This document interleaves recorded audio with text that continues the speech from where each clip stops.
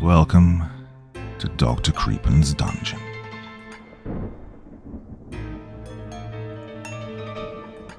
Social experiments can be scary because they often involve manipulating people's emotions and behaviors in ways that can have unpredictable and potentially harmful consequences.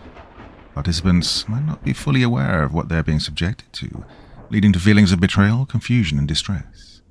The outcomes of these experiments can reveal unsettling truths about human nature and societal structures, challenging our understanding of morality, trust, and social norms, as we shall see in tonight's two tales of terror. Now, as ever before we begin, a word of caution. Tonight's stories may contain strong language as well as descriptions of violence and horrific imagery. If that sounds like your kind of thing, then let's begin.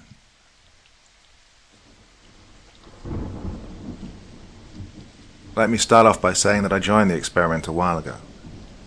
I've tried to talk before to people about it, but nobody believes me, and I can't exactly blame them. I haven't been able to properly sleep, eat, or live since I made it back home, plagued by feelings of tremendous guilt. I hope sharing this will help ease my conscience. Day 1. The apartment looked pretty decent. It was small, but had everything I needed.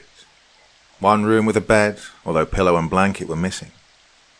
In the middle of the room was a table with 2 chairs. Not sure I would need 2, as the main part of this experiment was me being alone in the room, isolated from the outside world. In the back was a small food elevator, like the ones you see in old movies. Well, that's how I'd receive my meals. There were big abstract paintings. I had a chalkboard to write on, and of course there was a laptop so I could communicate with who exactly? I opened the laptop. Everything was wiped away. No internet access, no apps or programs. Only one little icon in the middle of the screen. Social. I double-clicked it, thinking it might provide some more information. Social will start soon. Make sure laptop is charged at all times. All right, I guess I have to wait. I walked over to the chalkboard. Somebody must have been in this room before because it said days written on top with white chalk. Underneath were 10 strokes. I drew a circle around the 7 strokes instead of wiping them away. Next to it, I drew 1 stroke for my first day. I took away my phone. I had no calendar or even clock, so I figured it could get difficult to keep the days in check. I realized I didn't remember if they told me how long I'd be staying. My window view didn't offer much. All I could see were empty fields, and I could tell that I was pretty high up. I tried opening the window to let in some fresh air, but it was blocked. Probably so no one could jump out after going crazy from the solitude. I was the kind of person that loved being alone, though. I had a pretty apartment, food being provided for me, decent payment, and I'm living my dream. I would have been dumb not to participate. Ding, ding. The laptop was lighting up in neon green lights. I guess things were getting started. The social app was running and the former screen had turned into something that looked like a chat screen. Welcome, John. We are very excited that you are participating in this real-life experiment. I am social. Everything you need or what we need from you will be communicated through me. You will not directly talk to anyone else during your time here. Make sure that your laptop is charged at all times. Do you have any questions so far? Hello, Social. I'm also excited. I haven't received any sheets, pillows, or blankets from my bed yet. Could those be sent over, please? That will be up to the other participants, as you will soon learn. Are you ready for the first round? Yes. As you know, you will be receiving all your food and drinks from us.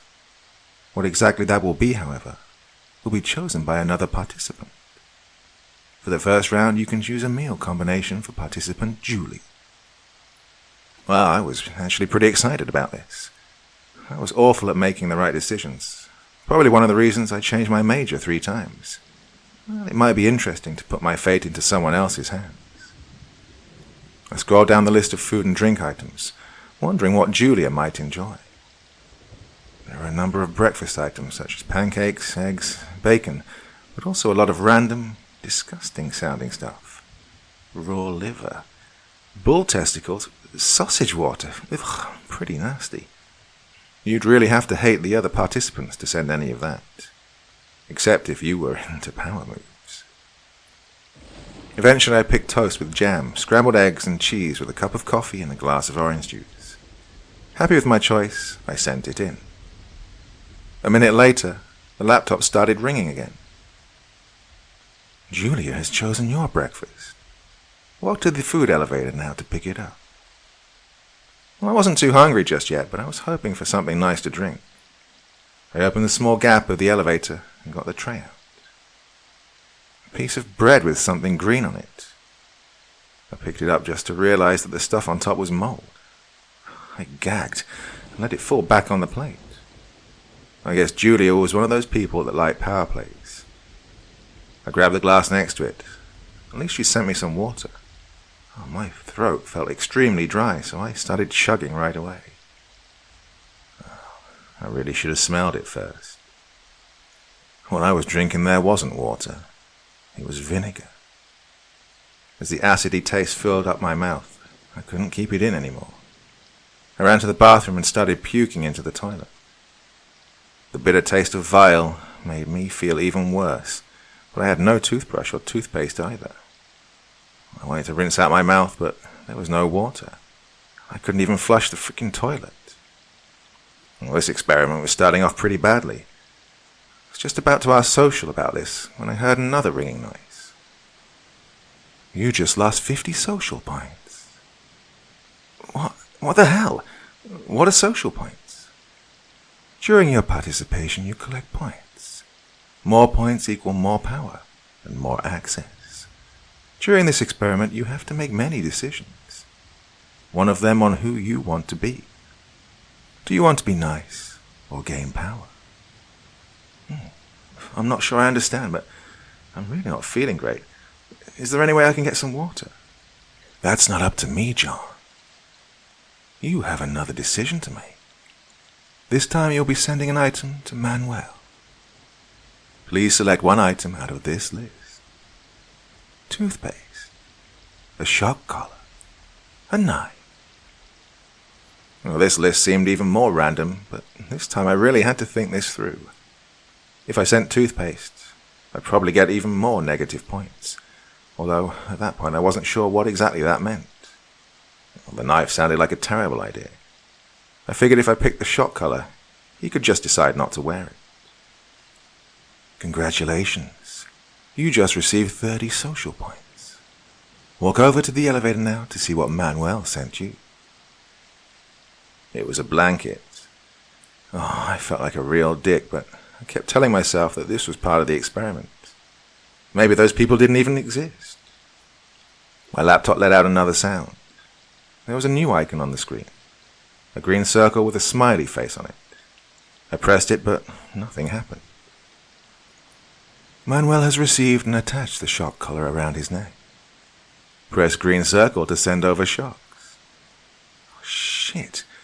Had I just shocked him without even knowing? No, that couldn't be true. They can't purposefully hurt participants. I grabbed my blanket and took a nap. The experiment had only just begun and I was already exhausted. The taste of vinegar and puke in my mouth wasn't helping either. When I woke up again, it was already getting dark outside. Had I missed lunch? I walked over to the laptop, but there were no missed messages. I was really getting fed up with this experiment, when my laptop made another sound. Dinner time. Pick one meal for Jackie. I scrolled through the list again, but I had no idea what to do. Should I go with something decent and risk losing points? I went with a safe choice and sent a cup of vegetable broth. Something I was really craving myself after throwing up. It wasn't a real meal, but it wouldn't make them sick either. After my choice was sent over, I went to the elevator to see what Jackie had sent me. It was a BLT and a bottle of Coke. Oh, thank you, Jackie, I shouted out loud. I felt a little bad for only sending her broth, but at the same time I was so happy to have something decent to eat and drink that would also kill the terrible taste in my mouth. Day 2. The sound of an alarm blasting through the apartment pulled me out of sleep. I had no idea where it came from, but it wasn't from the laptop. The sound was followed by a robotic voice. "Score too low. Wake up immediately." It was still dark outside. Felt like it was the middle of the night. I got up from my bed, which felt like pure concrete. My head was aching from not having a pillow, but I was grateful that I had at least received a blanket. Oh, it was freezing cold. I realized then that I didn't have any spare clothes. Hadn't I brought any? As I walked over to the laptop, the loud alarm finally stopped. "Good morning, John. Your social score has gotten dangerously low. Increase score now by pressing shock button." "No!" As a negative player, you will lose all perks, including nutrition. Remember, more social points equal more power. I don't care. I don't want more power." The music started blasting again. I felt like my eardrums would explode. Shielding them with my hands wasn't helping. As if this wasn't bad enough, a foul smell filled up the room. I thought I'd throw up again. "Oh, fuck this. This isn't real," I said out loud and pressed the shock icon. I took a deep breath and pressed it 2 more times. Finally, the siren stopped. "Congratulations, John. You are now the highest ranking participant." "Well, yeah, because you freaking forced me to." "It is now time to pick a meal for Jackie." I felt bad for only sending her broth last night, so I chose pancakes and orange juice. After a few minutes, I went to pick up my meal from the elevator. This time, I almost threw up by just looking at it. On the plate, I found the head of a chicken, raw and bloody. Next to it was a glass of what I can only imagine was blood as well. I guess I deserved that. I was really fed up with this whole operation. I was hungry, tired, and sad. No money was worth this torture. I want to get out of this experiment now. I'm done. "You can't leave. You will stay until the experiment is finished." "What the fuck? You can't force me to stay. I never consented to any of this." "Yes, you did. And you will stay until the experiment is finished." I started thinking about that. Did they give me a contract? Oh, as much as I tried to remember, I couldn't. I couldn't even remember what day it was today. "Do you remember how you came here, John?" I didn't. "Do you remember what you did before you came here?" I was so certain that I had joined an experiment. They'd offered me payment, but as much as I tried, I couldn't recall how or when that had happened. I remembered things as to who my family and friends were. I remembered what my home looks like, but not what I'd been doing lately. I'd started studying psychology after giving up on coding, but when was that? My mind was blank. "What the fuck did you do to me?" "We do not make any decisions for you. Play the game right and you will be leaving the experiment happy and healthy." "Who are you?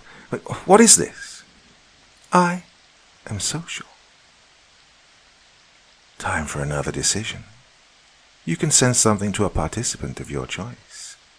Pick from one of the following items: a gun, a bottle of water, a death threat." I decided to send a bottle of water to Manuel. It might cost me some points, but if I'd really shocked him, he deserved this. After what must have been an hour, the laptop started ringing again. "You just received a video. Press play now." It was a video of a shirtless man, maybe in his mid-30s. He stared right into the camera, and I could see the shock collar around his neck. Without a word, he picked up a knife and cut into his palm. With his other hand, he dipped his index finger into the blood and started writing something on his chest. "Mary." No way, I thought. This must be a coincidence. I think he tried writing something else underneath. Well, it would have been really hard to recognize what it was with the smudged blood, but I knew exactly what it said. It was an address. one that I recognized very well. It was the address of Mary, my mother. Day 3. I hardly slept through the night. I wasn't too afraid what Manuel might do just yet, considering he was locked in here as well. What scared me, however, was that whatever these people were, they knew where my mother lives, and I had no way to warn her. I needed to talk to Social, figure out if they were a real person. Maybe I could somehow level with them. I couldn't contact Social if they didn't initiate the conversation, and I didn't know how long it would be until it messaged me about breakfast, so I impulsively walked over to the laptop and removed the charger. The laptop needs to be charged at all times. The robotic voice filled up the room again. Well, I ignored it. I ignored the sirens and the smell and stared at the laptop. In hindsight, I was a pretty big idiot. Instead of going through this in a clever way, I just tried to force a reaction out of it. The smell got stronger, and I started feeling weaker. I could hardly think anymore or move. Everything turned dark. I woke up on the bed. My head was hurting like crazy. It took me a little while to get back to my senses, but then I noticed that the laptop was attached to the charger again. Somebody had been in here. Suddenly, an excruciating pain went through my entire body. I felt like somebody was choking me. Panting and shaking, I slowly reached over to my neck where my fingers touched the metal. Not only had someone been in here, they'd given me a shock collar. I slowly walked over to the laptop. Social had been messaging me. I have received information that your laptop isn't attached to the charger. Somebody is on their way to fix the issue. Breakfast time. Please choose one of the following items on the list for participant Josh. Josh?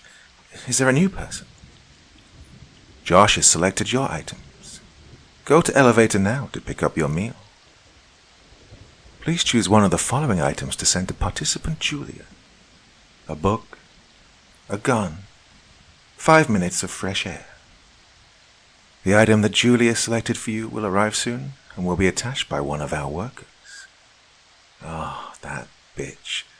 I didn't even get the chance to send anything because I'd been passed out. Another shock went through my body, even more painful this time. I picked myself up from the ground and got back to my laptop. I hadn't noticed before, but the shock icon was gone. At least the chat was still open. This was my chance to contact Social. Social, are you there? Hello, John. You've been very quiet today. Remember, less activity equals less social points. Were you inside my room? I never visit the participants. I thought about what to say. I had to be more careful. Social, are you a real person? I am Social. I started to think that I was talking to a bot. Well, if that was true, I could get some answers out of it as long as I asked the right questions. What's my current social score? Your social score is +10. You are now the second lowest ranking participant. Who's on top? I am not allowed to share this information with you. I figured it must be either Julie or Emmanuel. Josh or Jackie would be the lowest ranking. Why is it beneficial to have many points? Higher points equal more power. Define power. In this experiment, we want to see how much it will take someone to get to the top. Being on top means more options for decisions. Decisions such as getting food, comfort, and freedom. Freedom, as in being able to leave. Dinner time. You may now choose a meal for participant Julia. I was about to pick bull testicles when another shock went through my body. My hands were shaking, and I could hardly breathe anymore. She was sending me a message. I had to be careful. She had total control over me at the moment. I picked steak, potatoes, beans, and a bottle of wine. The best options I could find. It felt awful sending someone that was torturing me these things, especially while I felt like I was starving. but I didn't want to risk getting another shock. I was still hurting from the last one. After a moment, I went to pick up my dinner for the night. A chicken sandwich, coffee, and a bottle of water. Well, the coffee was cold, but I didn't care. I hadn't eaten anything decent since that BLT, and I was even happier about that water.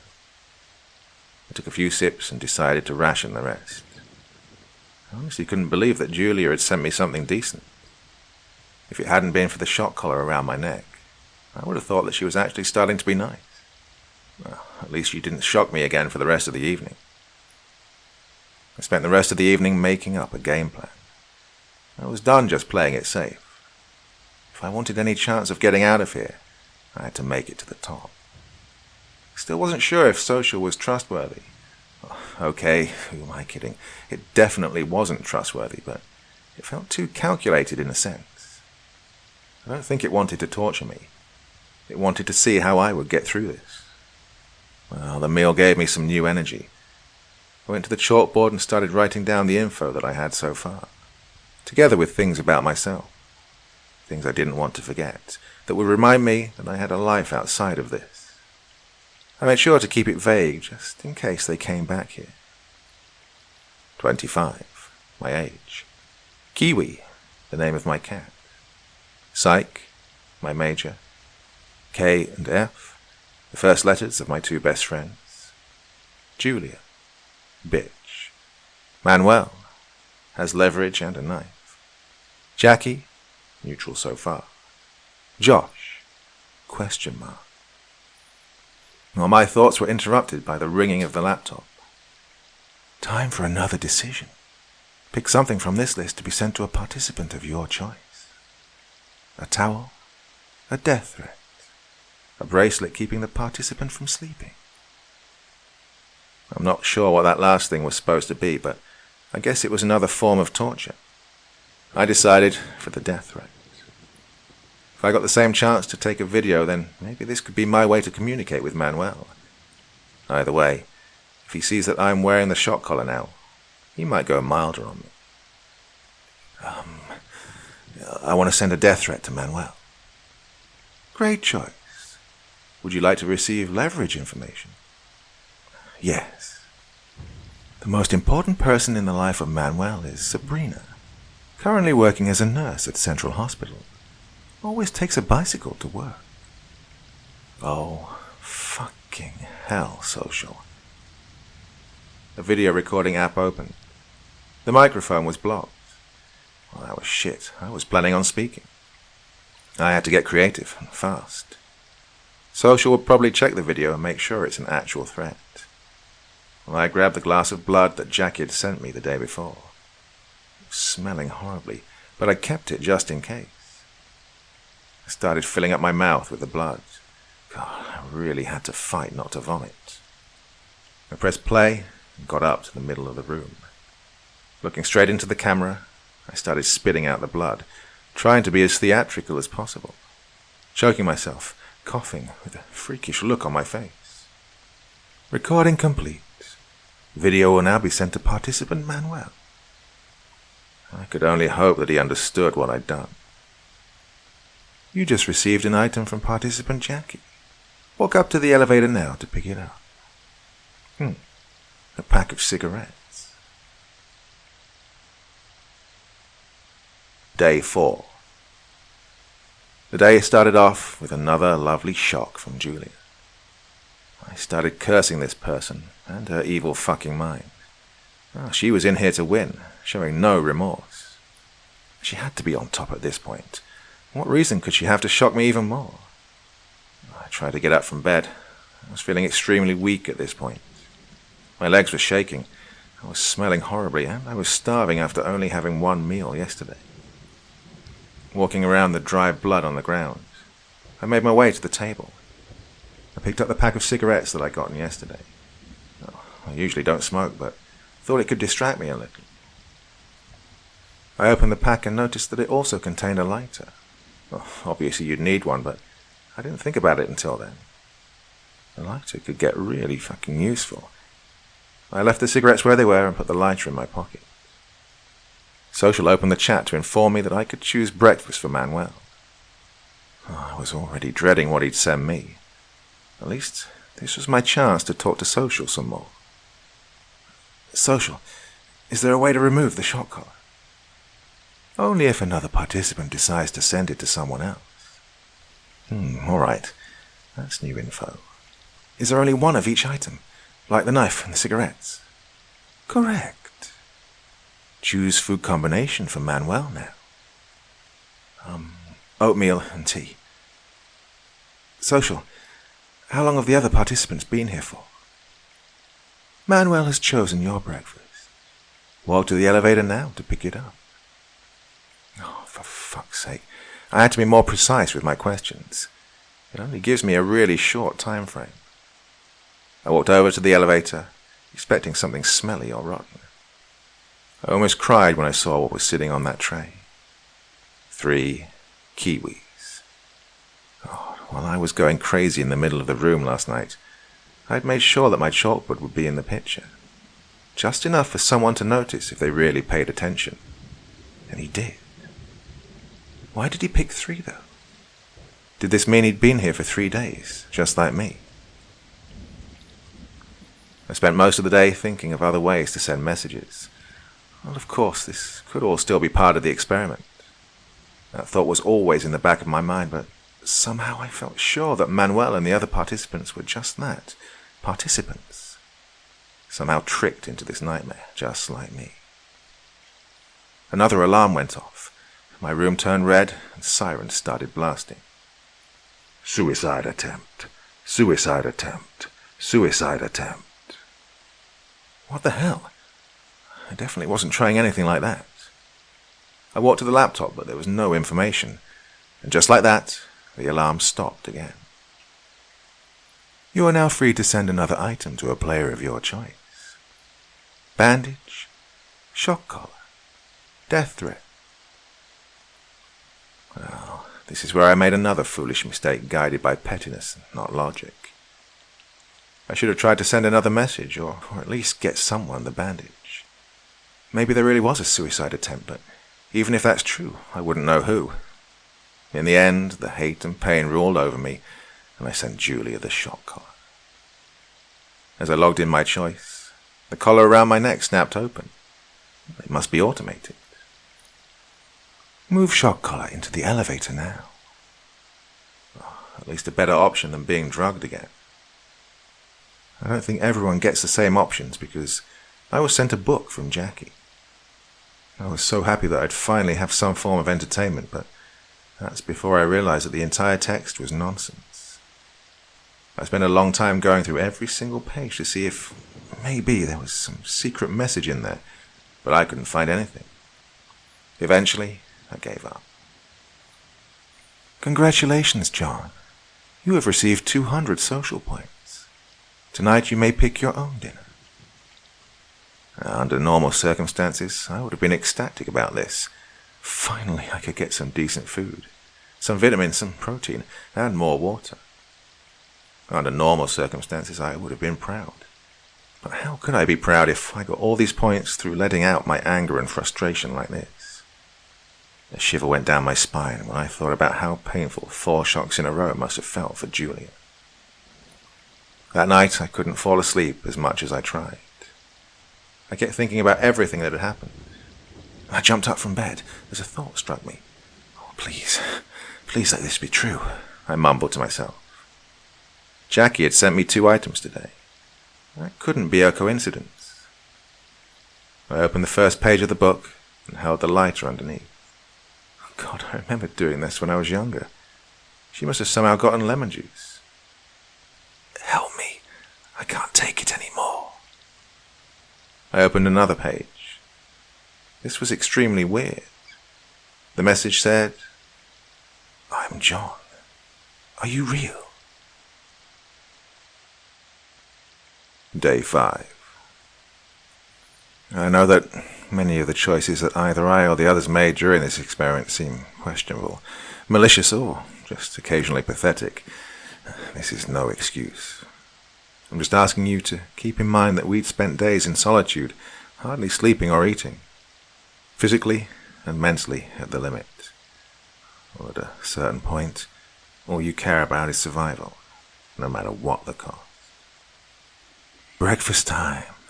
Please choose something out of the list for participant Josh. Breakfast. Apparently the new day had already begun. It was still dark outside. I hadn't been able to sleep at all. Kept thinking about everything. Why was there a message with my name in the book? Had I been here before, or was it a way to mindfuck me again?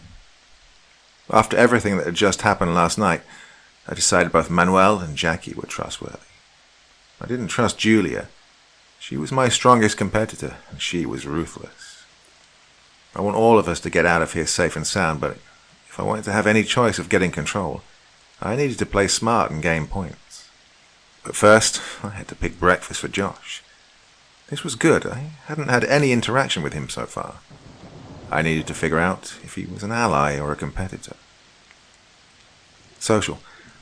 Before I pick Josh's meal, could you inform me about my ranking? You are currently the highest ranking participant, John. Well, can you tell me how many other participants there are? You have had interaction with every object that is participating in this round. This round? Pick a meal for Josh now. I went with a safe choice and sent him oatmeal and water. Nutritious, but not luxurious. I was really curious what he would get me, or if I'd get any breakfast at all. Yesterday I wasn't able to send him anything because I'd passed out. A chicken sandwich, coffee and a bottle of water. That's strange. This is exactly what I got yesterday, except this time the coffee was hot. So, Julia probably skipped giving me dinner yesterday, and the things I'd found were from lunch that Josh had sent me. I sent a steak dinner, and she decided to give me nothing. I felt a deep urge to shock her again. Something inside of me was changing, and it scared me. It's as if I was just realizing that I had a dark side, a revengeful side. God, I was hateful. I'd never talked to this person or even seen them, and still I wanted to torture them, just because I could. I stopped myself before actually pressing the button. These people were playing with my mind, and I let them. This is probably what they wanted, for me to stop caring, to abuse my power. I was at the top. That should be enough for now. It is time to make another decision. You can now choose to send out one of the following items to a participant of your choice. Headphones, bandages, razor blades.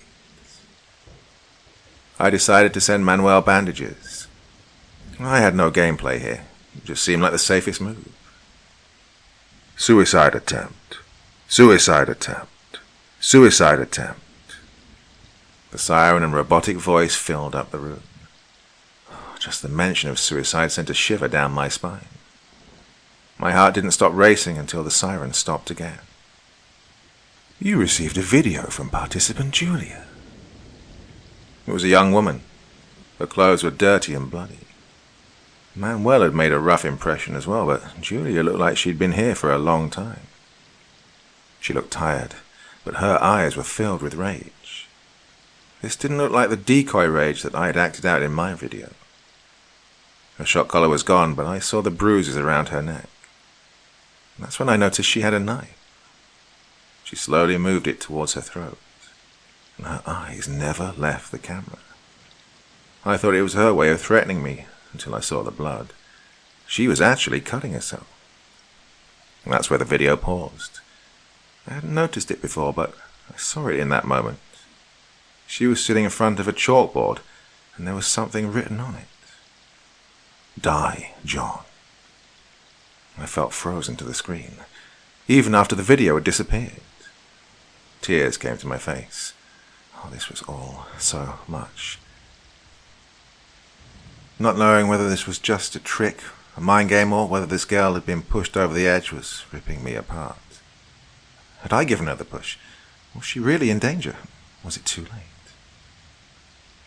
After a few hours of internalized terror, I calmed myself again. This could all be just a trick. If it was, then it was working. I spent the entire day just jumping around in my room. No decent thought coming out. Eventually, the ringing of my laptop got me back to reality. Hello, John.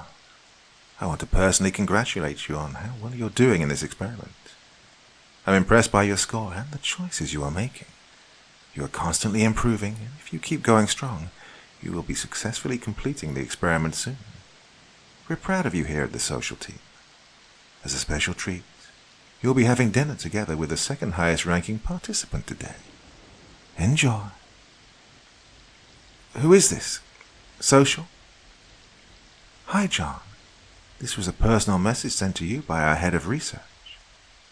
Can I message them as well? I am afraid not. Today, participant Josh will be joining you for dinner. The meal will be picked by Social. Join me, as in face-to-face? Yes. Well, I thought I'm not allowed to know how other participants rank. I am not allowed to share information with you. All right, Social.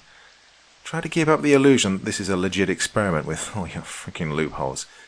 I almost typed that, but decided to delete it. It might just cost me points again. I really didn't trust any of this, but if it meant that I was actually meeting a real human being, I was all for it. I wished it was Julia, just so I could set things straight, but maybe it would be good to meet Josh. Figure out who this mysterious new person was. Pick up dinner from elevator now. Where's Josh? The other participant will be joining soon. I picked up my meal. Steak, jacket potato, greens, and champagne. This looked pretty great, although I only had one of each. As I walked back to my laptop, I realized what Social had really meant by face-to-face. It was a video chat. On his side, it was still buffering. Well, I made sure to turn my laptop in such a way that the chalkboard would somehow be visible when I sat down. Josh looked like he was about my age. You could see that he was mentally exhausted, but it was not as bad as with Manuel or Julia. So, are you John? I was surprised to hear her voice. For some reason I thought this would be muted. I had to be careful with what I said, though. Well, first of all, I didn't know if I could trust him, and second, Social was probably recording all of this. I had to keep up the illusion, and I was still trying, that I was a good participant. So, you're my strongest competitor. Pretty good for someone who just joined last, I said. I had no idea if this was actually true, but maybe this would get me some more answers. Ha! Forced out a smile. -1, he said and nodded over. I think he was hinting at the strokes on my board. So, I was right about that. I was really nervous. I wish I'd had time to prepare for this. Look, I did something pretty, intense to get this high. He looked to the ground. Some participant hasn't been sleeping in days because of me. I could really hear the remorse in his voice. But then he continued. But you must have made some even stronger decisions to be the one on top, I guess. He was trying to get information from me. I guess we both know how to play the game, I said and swallowed. I still felt the guilt deep inside of me. I took a big gulp from the champagne. I guess so. Well, we're not at the loser dinner, he whispered. Do you mean the others are talking as well? He nodded. How do you know? I asked. Social. Which one of them's the lowest? He shrugged. I guess Social really does keep the other ranking secret. I was about to ask him something, but the connection was already gone. Well, at least I'd gotten some information, if Josh could be trusted. I know that some of the other players probably talked today as well. I'd have to ask Social about this, see if I can get more insight. And I knew that Josh probably gave someone that bracelet that keeps you from sleeping. I started feeling woozy. Had they put something in the drink? I somehow carried myself to the bed, then everything went dark again. Day 6. The morning had started off with the usual breakfast routine. I sent Manuel oatmeal and water. He sent me a glass of blood. Delicious. I haven't had one of those in days. I didn't know how to feel about Josh after last night. He seemed somehow calculated, but he made a genuine impression. Well, so far he'd always sent me decent food. The sleeping bracelet feels like something social pressured him to do. He was playing the game to win, but he wasn't extremely evil. He was smart, though. He'd figured things out pretty quickly, and he wanted to have control. Just like I did, as that was the only chance to get out, presumably. It also meant he would probably be coming for me now. I'd been here for 5 full days already, and day 6 was starting off as awful as always. I tried to look for the book to figure out a way to send a message, but it was gone. So were the cigarettes. They must have taken them last night. Luckily, I'd put the lighter in my pocket. My hopes of getting out of here in a healthy way were getting smaller by the second, but I couldn't let this get me down. If I started losing hope now, I'd probably die in here. I had to get into survival mode. Ding, ding. Hello, John. Today we have a very special assignment on the planet. You'll be live streaming the other participants and play a game of choices. There are many points to be gained here, so do your best. Go sit down on your bed with the wall behind you. 4 video screens opened up. I recognized Manuel and Josh. Julia was there as well, alive. I felt a feeling of relief wash over me. Well, I didn't trust her, but I didn't want her dead either. The last one must have been Jackie. She looked a little older than the rest of the group. The bags under her eyes let me assume that she was probably the one that hadn't slept in days. God, that must really screw with your mind. Welcome, participants. All of you have been doing well so far. Some did better than others, but don't worry. This game is a chance to change everything. Let's get started. Josh, choose a participant to fulfill the following task. Eat a raw deer heart. He didn't even seem to think about it. He responded right away. Manuel, walk to the elevator and pick up the heart now. If you choose not to, you will not receive any food or beverages for the rest of the experiment. I could see him struggle. His eyes were filled with hatred. Eventually he got up. Looking into the camera with tears in his heart, he bit into the dark red organ, finishing it off piece by piece. Josh didn't even flinch, and Julia looked more confused than revolted. Next round, John and Josh. You can both decide to either remove a tooth or a fingernail. Choice must be unanimous. What do you choose? Tooth. I sighed. If he'd picked nails, we probably would have had to do both. Josh wrapped his shirt around one of his teeth, closed his eyes, and abruptly pulled it out. Blood filled his mouth. He held the tooth to the camera. I followed. Normally your mind tries to protect you. Hurting yourself like this takes a lot of willpower. For me, it wasn't willpower, though. It was fear. Fear of whatever the alternative to this might be. It was painful as fuck, but still felt harmless compared to what came next. We all went through the game. No questions asked. Nobody dared to disobey. Julia can have a broken nose or all hair burned off their scalp. Manuel, decide which option. Manuel was just shaking his head. His face was still red from the blood, and his eyes were full of tears. He was genuinely scared. Julia showed almost no reaction. Something had really broken her spirit. Manuel, send your choice now or lose all your privileges. Finally, he typed. Nose. Just like that, Julia turned towards the wall and repeatedly banged her face against it. As she turned around, blood ran all over her face. Her nose was completely out of place. Still, she was calm. Not a single tear. John, it is time for you to decide. Will Jackie cut off one of her fingers or be prohibited from sleeping for the rest of her time here? I could see the desperation in her eyes. How long can one survive without any sleep? A week? 2? I knew what she would choose if she could. finger.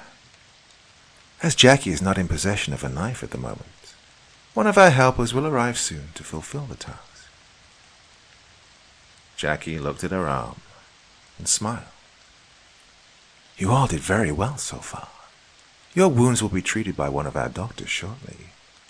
Only one question left. One of the participants has to die. Majority wins. Who do you choose? This couldn't be real. This was a whole new level of fucked up. Well, I hesitated. How could I possibly answer this question? Manuel seemed to think the same because neither of us answered. We didn't have to, as the majority had already made the decision.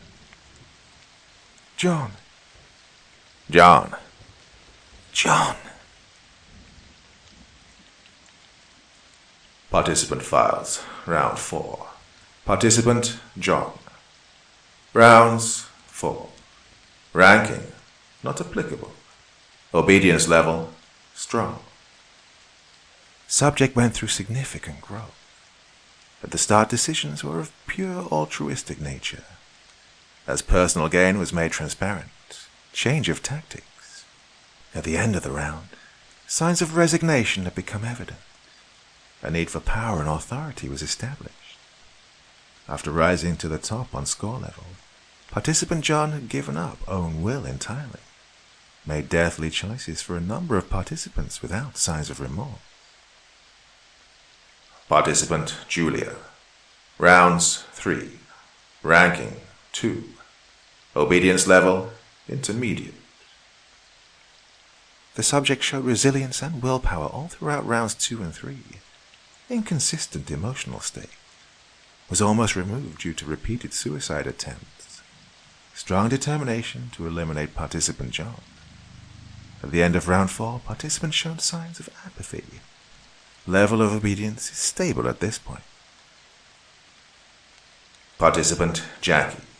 Rounds 1, ranking 3. Obedience level strong. The subject showed occasional competent decision-making skills.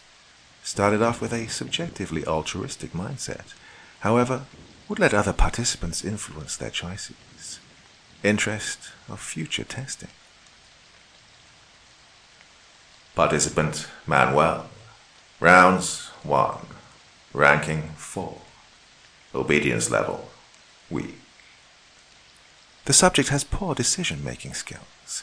Lets actions be guided by emotions. Has no explicit benefit for the experiment at this point, and will therefore be eliminated. Participant Josh. Rounds 1. Ranking 1. Obedience level intermediate. The subject has passed expectations. They grew fast and showed remarkable pattern in decision-making. However, level of loyalty needs to be further examined. Day 7. I don't even know how to put into words how I was feeling last night. I didn't sleep at all. For hours I was sitting on the bed, staring towards the door, waiting for my end. Of course, I didn't know if I would actually die or not, but in that moment the adrenaline was flowing through my entire body. Fear can be a real rush. My mind was not ready to die. I thought about Kiwi, who had been left alone for days. I thought about my mother, hoping she'd be safe. I thought about my friends, about my childhood, about the summers we went swimming in the lake, about the Sunday mornings watching cartoons with my dad. I was not ready to die. I felt hate. Pure, revengeful, bitter hate. For social, for the experiment, for the other participants. This entire situation was just so fucked up. I wondered if I'd done the same as Josh, had he been the highest ranking player. Part of me was scared to admit I probably would have, if it meant that I was free. I thought about the other two and felt especially betrayed by Jackie. They couldn't have known that I was the highest ranking player. I kept staring at the door, waiting patiently, but nobody came. Maybe it had just been a mind game after all. Maybe last night was just a farce. Ding, ding. Breakfast time. Today you will not have to choose. Go to elevator now to pick up your meal.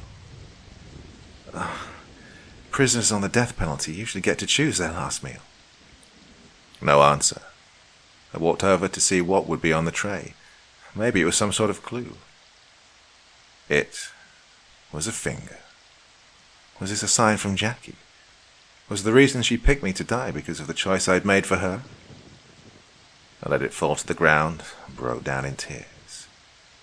I lost all hope of ever getting out of this place. The chat window was still open. Social. Am I still the highest ranking player? Currently the highest ranking participant is John. Wait, had Social just given me a name? I never answer questions on the rankings of other participants. Hello, John. I want you to know that I'm very impressed with your progress. I understand that it must feel surprising to see the other participants turn on you. Remember, the only reason they want you dead is because you are a threat. Wouldn't you murder someone if it meant getting your freedom back? We are sad that it had to come to this point, but we have provided something for you to make this a little easier. Make the right decisions. Who is this? Hello, John. You just received another personal message from our head of research. You get to make another decision now. Do you want to continue and accept your destiny, or put fate into your own hands? Go to elevator now to pick up the items sent to you by the head of research. A bottle of vodka and a gun. 1 bullet. Last night the majority decided for the death of participant John. If this was making things easier, what was the alternative? What kind of gruesome death had they planned for me? I took a big gulp of the vodka. I didn't even have to think about this. Hey, Social, come and get me. Just bring the head of research as well. I'd love to meet them. Well, they could go fuck themselves if they thought I was going to make things easy for them. I grabbed the bottle of vodka and poured it out in front of the door, making a trail towards the bed where I sat down. I held the gun towards the door. If someone came in, I had one chance to shoot them. My chances weren't great, especially as I doubt only one person would come, so I kept the lighter close. If I had to go, I wouldn't do this on my own. I would take them with me. I waited for what must have been hours, but nothing happened. Every time I thought I'd figure them out, every time I thought things were ending, they just pulled another trick. They must have cameras everywhere. How could I have believed that this was it? The laptop started ringing again, the sound of pure misery. Hello, John. We see that you did not decide to use the gun. You just gained 100 social points. We do not appreciate suicide attempts. What is this? Why are you doing this to me? God, please just give me answers. If I have to die, at least let me know what the purpose of all this is. With a majority of 3 votes, the death of participant John was decided. Do you agree with this choice? No, I do not. Adding your social score with the one of participant Manuel, you could overrule the majority. What does this mean? What's going to happen now? You have 2 choices. Team up with participant Manuel. If you can agree on another participant's death without discussion, it will be executed. Keep in mind, participant Manuel could choose John. Well, this was no option. It was too much of a gamble. What's the other choice? You can join another round of decisions. This time you'll be making them on your own. If you gain 1,000 points in this game, the life of participant John will be spared. This could only be another round of torture. But at this point, what did I have to lose? First round.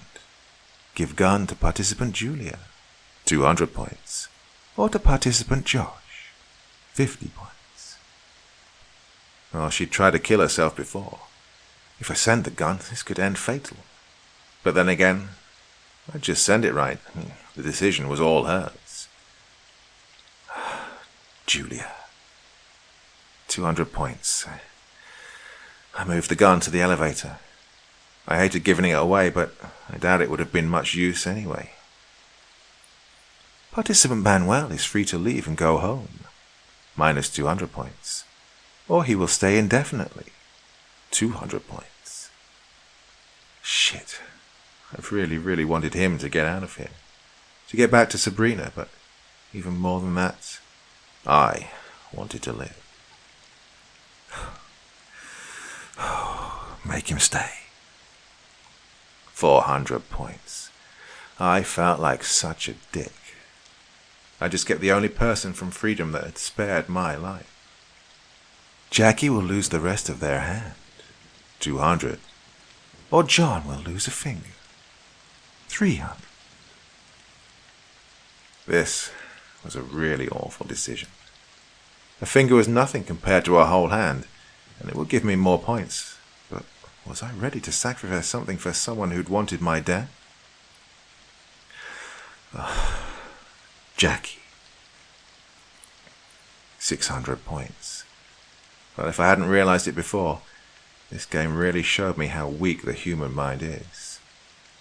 You do anything some authority asks you to do, as long as it perks for yourself. God, I felt like such a horrible human being. And it got even worse. Josh gets to speak to head of research. Minus 100. Or Manuel loses one toe. 200. God, I couldn't harm him even more. Josh. 500 points. God, I hoped I wouldn't regret this decision. You can end it all now. Julia will be kept from all benefits, including sleep and nutrition, for 1 week. 500 points. Do you accept?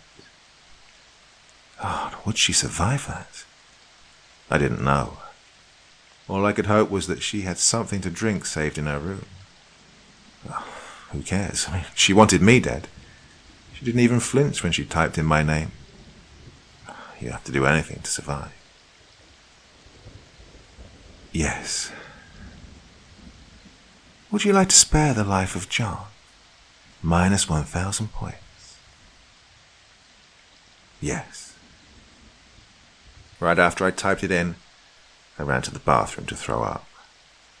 This had been the hardest moment of the experiment so far. I'd never hated myself as much as I did in this moment. Oh, I hope survival was worth this. Day 8. I woke up lying next to the toilet. The memories of yesterday came back to me, and I felt like throwing up again. Finally, I got up to see if there were any new messages from social. Any sign that this misery would end soon. Dinner time. You may now choose a meal for participant John. Why did this say my own name?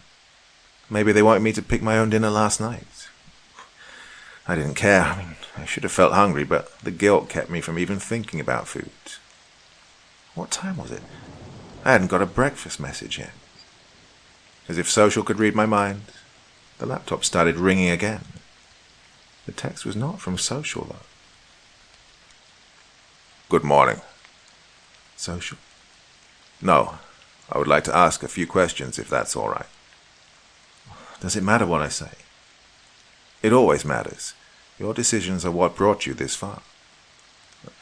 I don't ever remember accepting to come to this hell. What do you remember? If I answer your questions, will you let me go? Yes, Josh. After this conversation, you are free to go home. Do you remember your home? Did they just mix up my name? I did vote for Josh to have a conversation with the head of research. Oh, I just decided to go with it then. Yeah, I do. I have a little apartment where I live with my cat, but you probably know all about that. And you think the cat is called Kiwi? Yes, I can see that chalkboard. How do they know the name of my cat? Yes, Kiwi. What does Kiwi look like? I couldn't remember. There are also letters on there, K and F. Kristen and Finn, right? How do you know that? Do you remember what they look like? Or what Mary looks like? Do you remember your childhood home? God, I tried to think of my mum. Blonde hair, brown eyes. She was about 50. For some reason, I didn't remember more. What did she look like when I was younger? Why did my memory feel frozen? It was as if I was thinking of a photo, not a real person. Keep thinking. The image shifted. It was a woman with short hair, a kind smile. Her hair was black when I was little, but now it had turned grey. A name came to my mind. Margaret? Who was this woman? Do you know who Margaret is? I believe that is your mother. Who's Mary? That must be the mother of John. I am John. Are you sure about that? More memories came up. Kiwi, my dad, my friends, the lake. Everything was wrong. They were simply images. They'd morphed into something else. College, a woman. Blood, a girl. She had a tattoo on her arm. A hospital. I started remembering more. I had joined an experiment once, at college. I didn't remember much, except that the research was corrupt and evil. After I left that experiment, terrible things happened to me, to everyone around me. I decided to leave, and I travelled around Europe for a while, but wherever I went, things went bad for me. They must have found me. Or did I find them? They wiped away everything and gave me false memories. Josh, you did really well here. I realize this experiment has its ups and downs, but eventually you grew to the top. You showed no remorse. You are a true leader. Josh. Social kept calling me John, and I just accepted it. How did I forget about my own name?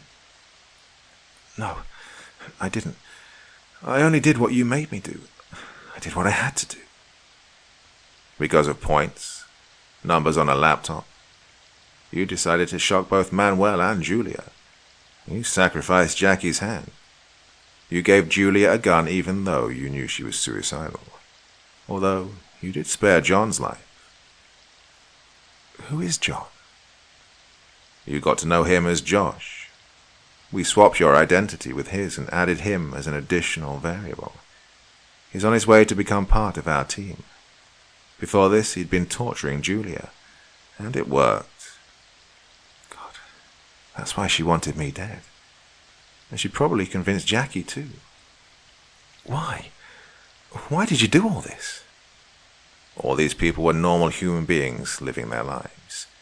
Keep them in a room alone and give them power to make decisions, and they will lose all sense of humanity.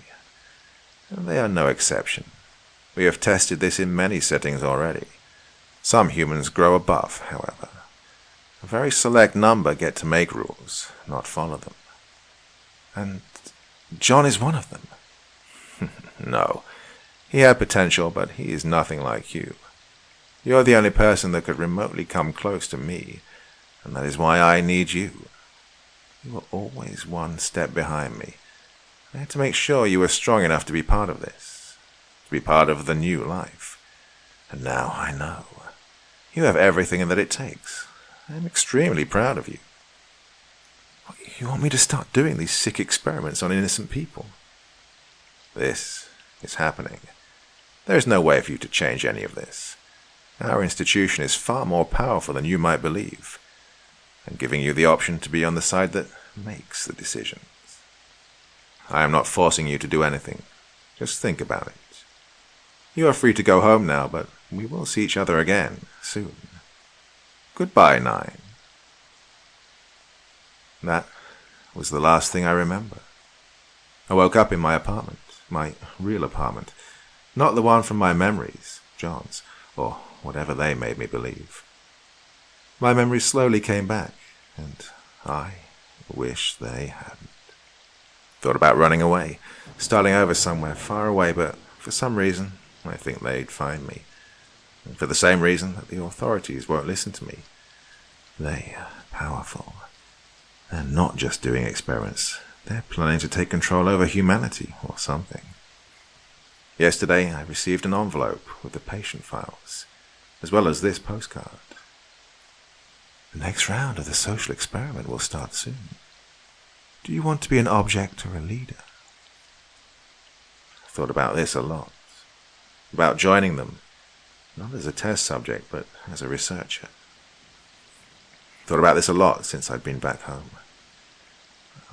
I don't know what'll happen next, but this study did teach me a lot about human nature and my own mind. How arbitrary freedom and choice were. I followed them. Blindly followed some authority for made-up points and false promises.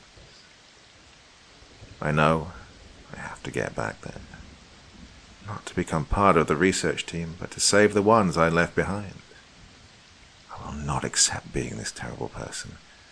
I can do better with the knowledge I've gained. The envelope has no return address. So for now, all I can do is wait.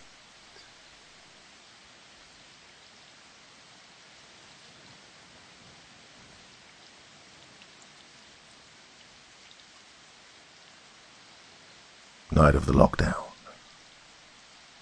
Part 1. The checkpoint.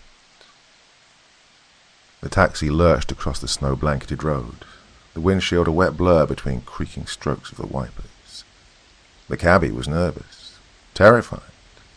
That much was clear from his refusal to go above 15, despite having the highway completely to himself at this unbearably late hour. It wasn't exactly a blizzard, but they just weren't used to snow in this country. Of course, he was on his third cigarette, with the windows rolled up, since the two foreigners had piled into his cab. So much for health and safety. In the back seats, past the metal mesh, sat his fare, two foreign women named Rebecca and Freya. Rebecca had come to this country to teach English at an elementary school. Her flight had been booked weeks before the breakout and long before the nationwide lockdown. Before arriving, she debated with herself in agonizing repetition about the dangers and consequences of following through with her journey. As it often did, logic won out. The virus had been around for decades, was only now being over-reported in the news, and would inevitably make its way to her own country, where she didn't have any job or prospects. And there was a less than 1% chance of her ever coming within a 20-block radius of an infected therianthrope. Therianthrope. Hard to believe that word was now trending on social media, and the images of ravenous, marauding beasts were being broadcast every night into people's living rooms. Plus, there was no way she'd get reimbursed for her plane ticket. Not if she didn't honor her agreement with the school and arrive on the previously agreed-upon date. As neurotic of a hypochondriac as Rebecca was, she was also cheap. Beside her was the woman named Freya, whom Rebecca had only known for 11 hours. They'd both arrived on the same flight and sparked up a conversation after making their way through customs. Lockdown being as ironclad as it were here, the government had imposed a curfew. No non-essential travel past 9. With all the government checkpoints straining traffic, it was a 6-hour wait for a cab. During that interminable malaise, the two had discovered they were heading in the same direction and agreed to split a taxi. Rebecca Palmer, a sickly, petite woman with lank, mouse-coloured hair and a tectonic thick bifocals, was used to going unnoticed. So it was of some bewildering surprise that Freya was the one to approach her. Rebecca had noted Freya from afar some time ago. Her tall, curvy frame, her tumbling chestnut hair, her olive-toned skin. She looked more like a magazine cover girl than a child psychologist, as she told Rebecca was her profession. In her mile-a-minute bloviating, not that Rebecca cared to get a word in edgewise, Freya informed her she'd gotten her job and visa to treat young children affected by the recent spread of the therianthropes in the country. Children who'd been torn from their homes in the fallout and panic had been scarred witnessing the epidemic and its aftermath. Apparently, she was some sort of an expert back in her home country of Sweden. Truth be told, Rebecca didn't care what Freya's reason for coming here was any more than she desired to share a conversation with this perfect stranger. But, seeing the queue for a cab and liking the idea of splitting the fare, Rebecca agreed to brave the snowstorm alongside her. Again, above nearly all else, Rebecca was cheap. Through the melting ice on the passenger side window, Rebecca could just make out the dark, vacant buildings and the black wilderness stretching endlessly beyond the side of the road, unmolested by light. Rolling her fifth cough drop over her tongue, she stared dully at the scenery, too jet-lagged and too poorly to care. She'd had a bad cough for the past 3 days, and was now feeling the glow of an oncoming fever. When she saw bright lights up ahead, she knew it would be trouble. In the middle of the road, under glaring industrial bulbs mounted on tripods, were 2 men wearing hazmat suits, each holding something heavy in his hand. On the side of the road sat a large government-issued van and a white tent with half a dozen other men huddled underneath. Rebecca felt her heart drop when the cab ground to a halt. "What's happening?"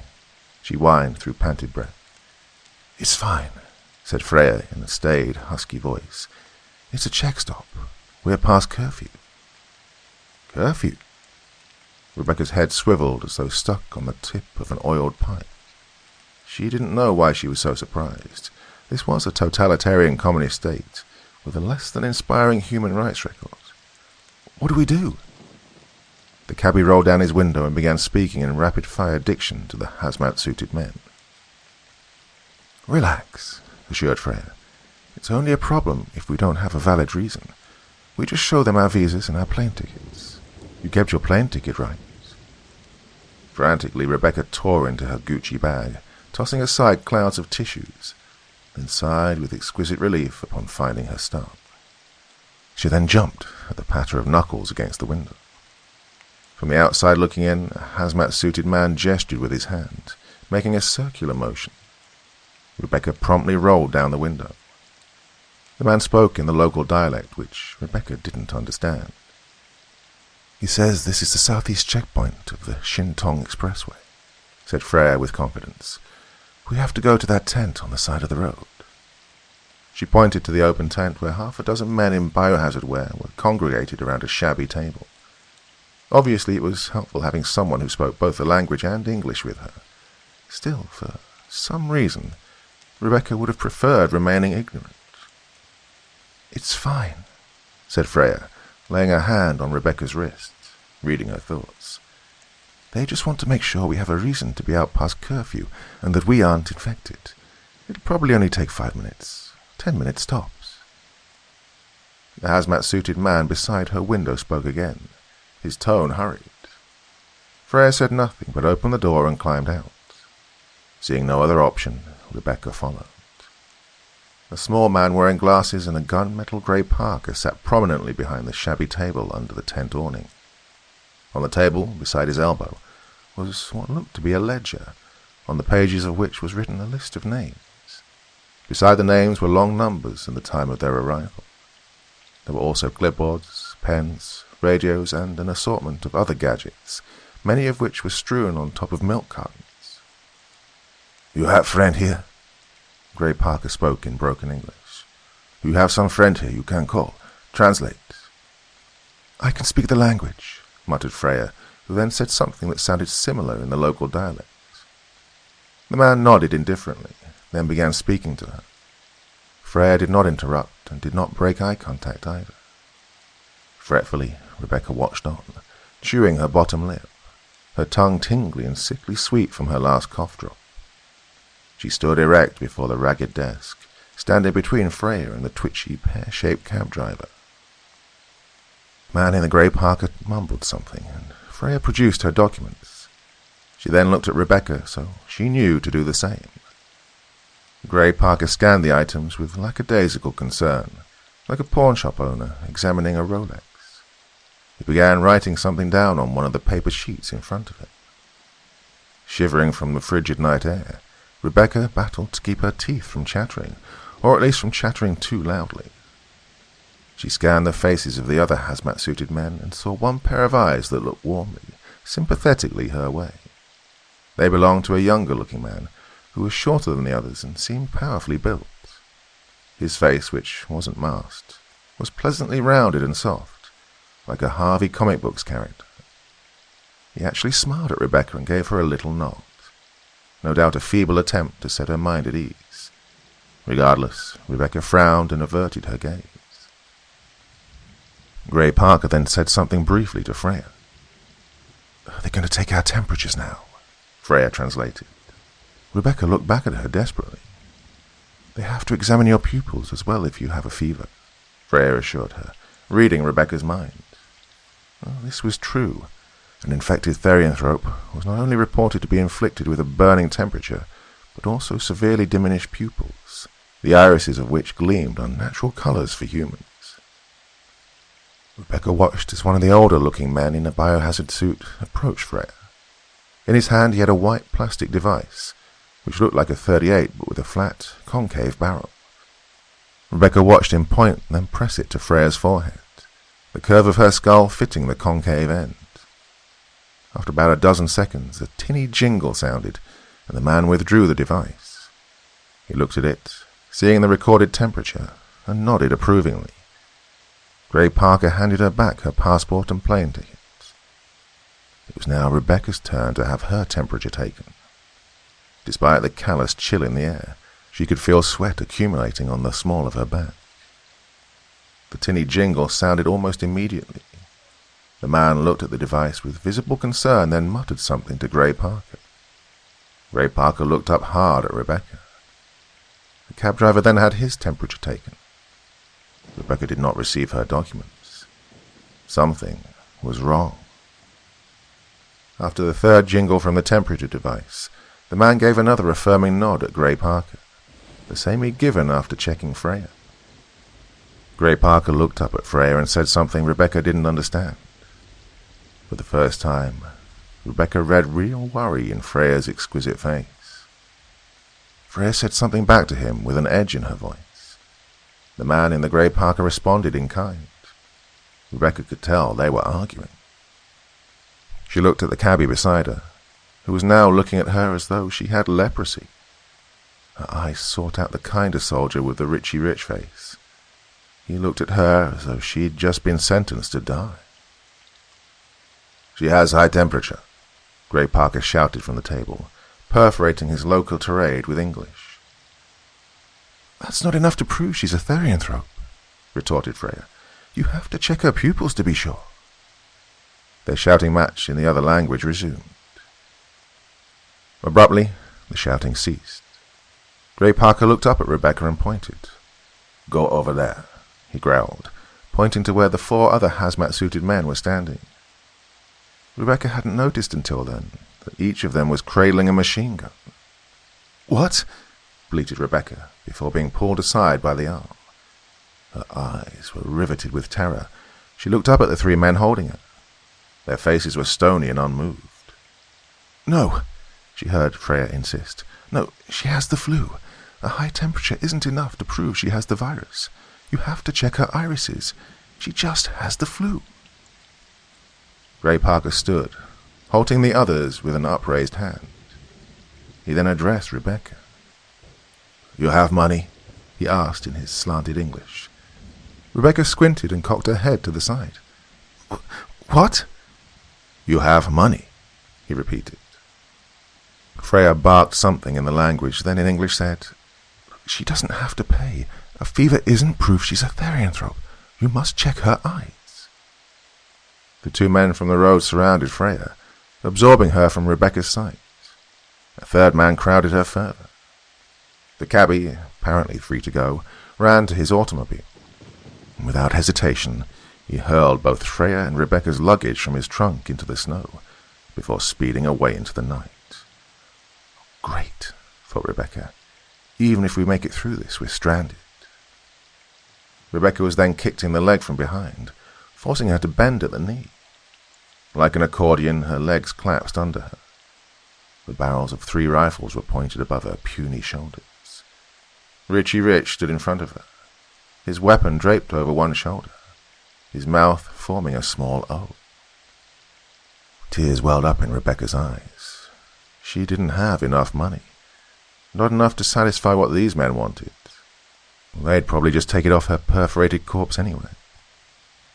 It was then it occurred to her, the reality of the situation smacking her in the face, that she was actually about to die. They're really going to kill me, she thought. Will anybody even find my body? Gray Parker spoke to Freya over the shoulders of the other men holding her back. You give money, we spare your friend's life. You give us money, no. Even from her obstructed viewpoint, Rebecca could see the cindering glare Freya shot at Gray Parker. Or perhaps, in the palpable silence, she just imagined she had. Gray Parker then turned and said something to Richie Rich. The latter muttered something short with audible trepidation. Gray Parker hollered the same order, this time more sharply. From the sleeted ground, Freya watched and listened to the heated exchange between the two men. Evidently galled, Gray Parker sprinted over to him, pulling out a Glock from inside his coat and shoving it into the man's hands. Cradling the gun sheepishly, his chin drooping down like a scolded dog, Richie Rich was silent, listening to Gray Parker squawk and point emphatically at Rebecca's head. Rebecca didn't need to be bilingual to understand this. Do it. Shoot her. Now. Now. His eyes almost as moist as hers, Richie Rich looked down at Rebecca, slowly pointed the gun at her chest. Accepting her grim fate, Rebecca closed her eyes. She was smelling her late Nana's peach cobbler, hearing the Beatles for the first time, feeling the warmth of the sun on her face while lying in the grassy field of her youth, when her mind was snapped back to the present by an ear-splitting scream 10 feet away. She looked in the direction of the noise, seeing that Freya had disappeared and was replaced by an 8-foot-tall, 1,000-pound grizzly bear. The scream had come from one of the 3 hazmat-suited men, who now lay nearly decapitated in a red mound of snow. The 2 others near it were thrown aside like locks of hair in the hulking, shaggy-furred monster's wake. The creature's silhouette was silver and quavering, illuminated by the blazing floodlights in the road. 2 pinpricks of yellow light burned in front of its massive head. It then made a lumbering beeline for Richie Rich, who stood paralyzed, the Glock almost falling from his hand. Within seconds, the bear had tackled him to the ground and eviscerated his neck, from chin to collarbone, with its thrashing jaws. Squirming away, her ass dragging across the wet floor, Rebecca watched the creature stand toweringly on its hind legs, maiming the 3 remaining men with brutal paw swipes, before a single volley of gunfire could sound. A metallic odor filled the night air. Her veins singing with adrenaline, Rebecca turned her head, hearing a shuffling commotion to the side. Behind the table, burrowing in the corner, was Gray Parker, hunched over. He was rummaging for something. He then stood and turned, holding his own semi-automatic rifle. At that moment, Rebecca could not place with any reasonable accuracy which outcome she preferred: the monster shot to death, or Gray Parker eaten alive. Well, the mutant grizzly must have seen what Rebecca had, because it was now charging the man, who just managed to raise the rifle and squeeze off a round, or how many dozen rounds a semi-automatic rifle fires at once. Clapping her palms to her ears, Rebecca ducked her head into her knees, knowing that it was over once the gunfire had ceased and the screaming had commenced. The ground rumbled. Peering through splayed fingers, she saw the bear had pinned Gray Parker to the ground and was now crushing him with its front paws. There was another thunderous stomp, a wet crackle of bone, and no more screaming. Seeing the creature's back turned, Freya scrambled to her feet, fleeing from the tent and into the nearby wilderness. Beyond the hazy gloom, she could make out a dark woodland, just past the wide field of snow. Once enveloped in the thick foliage, she didn't stop running until her legs burned the way her lungs did, and she could taste copper at the back of her throat.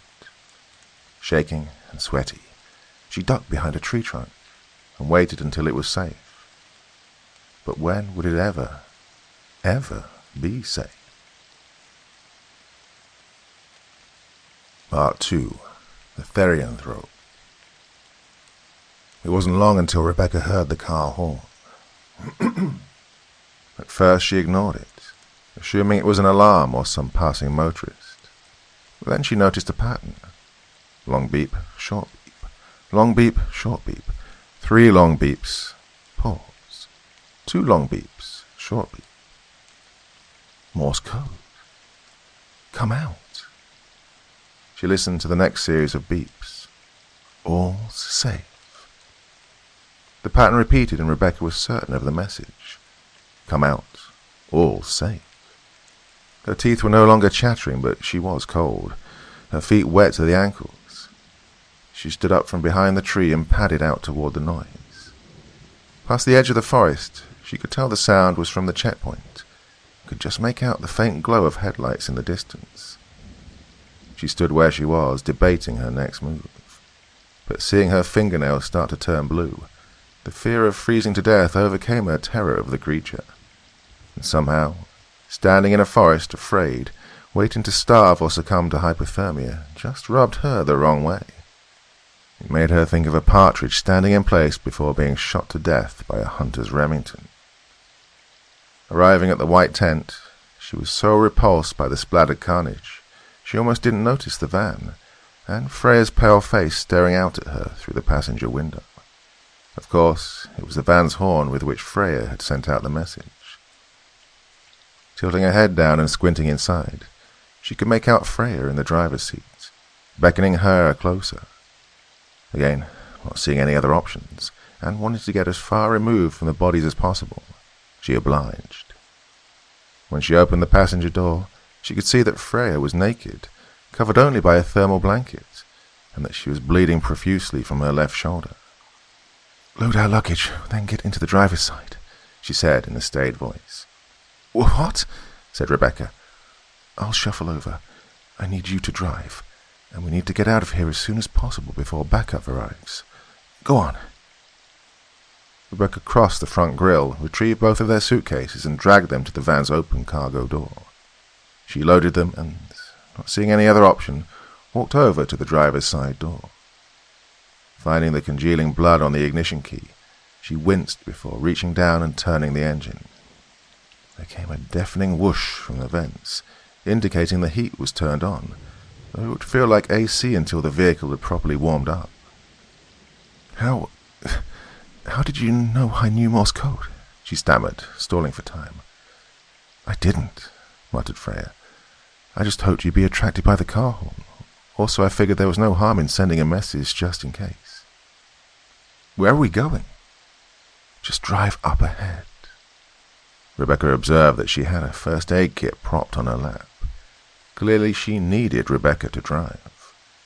"We'll figure out where we're going as we go," Freya said, opening the kit's lid.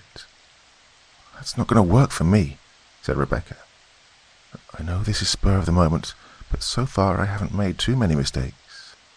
Freya indicated the bushel of blood-edged papers by her feet, on top of a large open booklet. The logs, the only definitive proof the two of them had gone through the checkpoint. Still, Rebecca was unsure. I don't know," she stammered. "You want to stay here until reinforcements arrive? I just killed 8 federal officers. The only reason I was able to save you is because they thought I was clean, and they were paying all their attention to you. If they send more people with guns, which they will, we will not be so lucky." Rebecca stiffened. So it wasn't her imagination. Freya was a therianthrope, the hideous mutant grizzly bear that had slaughtered those men. Again, not seeing any alternative, Rebecca gradually put the van into drive and peeled out onto the icy road. Those men," stammered Rebecca, having driven some distance from the laying carnage behind them. "They were going to kill me, just for having a high temperature." "They wanted to extort us for money," muttered Freya. "Animals." "Do you think they were bandits?" "Possibly. Not likely, though. There's a lot of corruption that goes on. Government workers don't make a lot of money, are under incredible stress and danger during this epidemic, so there are some rogue outfits trying to strong-arm people to make extra cash." "You knew this was happening in this country, and you still came here?" Freya shrugged. They drove on in silence. "This is the Shintong Expressway, a major highway. We need to avoid more checkpoints. Knowing Freya could understand the local language, Rebecca followed her orders to take a series of back roads, headed in no particular direction. As she did, she watched peripherally as Freya exposed her bare, bloodied shoulder, hissing through her teeth as she did so. She first poured some clear, sharp-smelling liquid over the wound, which caused her to grimace and hiss even louder. The odor of coagulating blood mixed with pure alcohol made Rebecca's head fog, especially in such a close space. Then, with astonishing calm, Freya took out a sheet of clean gauze and pressed it firmly to the wound. When the gauze was red and soaked through, she discarded it and applied another. She did this 3 times until the blood flow was stable, then taped the edges to her skin to keep the dressing in place. She seemed to be healing quickly. Was this also part of her power? Squeamish around any hint of violence or bodily fluids, it was a battle for Rebecca not to faint. With great effort, she managed to keep her eyes on the road. Within an hour, Freya seemed healed, or as healed as one could be, and was wrapped inside the thermal blanket like a cocooned insect. The car had also warmed up, to the point that Rebecca could actually feel herself sweat under the armpits. Then, she heard a slight whimper beside her. She peered over and saw that Freya was sobbing quietly, her mouth agape like in some silent scream. Oh, understandable, thought Rebecca. She didn't bother asking what was wrong. Another hour passed, well beyond midnight, before the two spoke again. "So, you have the virus?" asked Rebecca, seeing that Freya was no longer weeping. No reply. "You caught it during the outbreak?" "No," muttered Freya, staring at the misty windshield. "I've had this condition since I was 12. 12? "That's correct," she said, her voice devoid of emotion. They could see by the unnatural color and inhuman dilation of my eyes, the fluctuation in my temperature, that I had it. They could tell that, by the time I was older, I would morph into an animal. Into a killing machine. Freya spun savagely on Rebecca. "Don't say that," she snapped. Rebecca said nothing. "I don't know how I got it," Freya continued, turning her head forward. "I don't know where it comes from or how you get it. No one does." "Is it airborne? The virus?" asked Rebecca. She then felt something crawl up the side of her neck. She smacked at the spot, pulling back nothing in her hand. "It might be," answered Freya. "Is that why those men were wearing biohazard suits instead of Kevlar?" "They were probably wearing Kevlar underneath those biohazard suits." Freya exhaled sharply from her nostrils. "Is it true that you can't fully morph if you're seriously injured?" needled Rebecca. Freya threw her another sharp look. "An injury like this wouldn't stop me," she answered, a subtle warning. "But yes, if our bodies are deprived of enough blood, oxygen, or sustenance, we don't have the energy to morph. Why do you ask?" No reply. Visibly vexed, Freya let out another sharp exhale. "I'm not going to kill you," she assured her driver. "If you're worried that it's not like the movies, I can control it." "I sure hope so." "What does that mean?" "Well, I'm not exactly driving you willingly here. I mean, the only alternative I had to you eating me alive was to freeze to death." "Don't say that," said Freya, a damp tremor in her voice. She looked as though she were about to start sobbing again. "You don't know what I've been through." "Huh?" "Like I said, I've had this condition since I was 12. I didn't get bit by some accursed wolf. No covenant of witches put a spell on me. I just woke up one day, and there it was. The hunger, the hair, the animalistic color in my eyes when I get scared. Just there, like your first period." "Okay." "My parents disowned me." Freya carried on as Rebecca had learned was her habit. "They would have nothing to do with some freak like me. Can you imagine that? Your own parents thinking you're this evil thing to dispel from their home." Rebecca felt flush, recalling the time her parents had caught her, at age 5, trying to suffocate her newborn brother in his crib. She elected not to share that memory with Freya. I was out on the streets for months, continued Freya, starving. But one night at a child shelter, I met a man who worked there as a youth supervisor. He was older, pitch-white hair and gaunt face, steel blue eyes. He had the same condition I have. I caught it at 8 years old. Did he live in the same city you grew up in? Yes. So, this virus has not only been around a lot longer than a few months, it's a lot more concentrated and prevalent than I'd thought. And that it seems to start any time, including childhood. Is this information supposed to set my mind at ease? This man was my master, interrupted Freya, and despite being a therianthrope, he was perfectly harmless. He taught me that I can control when I morph into my other form. You see, for all therianthropes, our transformation is triggered by fear. Fear? Really? That's right. Not a full moon like you see in those god-awful movies. Oh, it's an instinctual defense mechanism, like a blowfish enlarging itself or an octopus shooting oil at a predator. You're actually calling the people you maim back there the predators. Why not? They had the guns. Taking a moment to reflect, Rebecca replied with, fair enough. The rash of violence caused by the therianthropes is connected to a lack of training, a lack of discipline. Therianthropes not knowing what they have, and not being able to control their fear. And with the massive unemployment and unease around the world now, it's no wonder they've become so visible lately. People don't know they have it. Sometimes they never find out. It's sort of like a spectrum. My master, the old man from the shelter, taught me how to center myself, how to not resort to my animal form unless it's absolutely necessary. That's how I was able to go undetected when they checked my temperature. That's how I've been able to function all this time. Despite my condition, Damply, Freya broke off. She wasn't sobbing, but tearing up quite desperately. I should have been able to control myself so as not to kill the fourth one. The fourth one? The young one with the big forehead and the chubby cheeks. The one standing in front of you. You know, the one they ordered to shoot you. Rebecca's mind flashed back to Richie Rich. I could tell, in his eyes when I charged him, when I had him pinned, the fear in his eyes, that he wouldn't have hurt me. Wouldn't have hurt you if he wasn't being forced to. Bullshit, Rebecca demurred softly. You're saying he was just following orders. You didn't hear the words exchanged between him and the commander, the one wearing the grey jacket. Or at least, you didn't understand their exchange.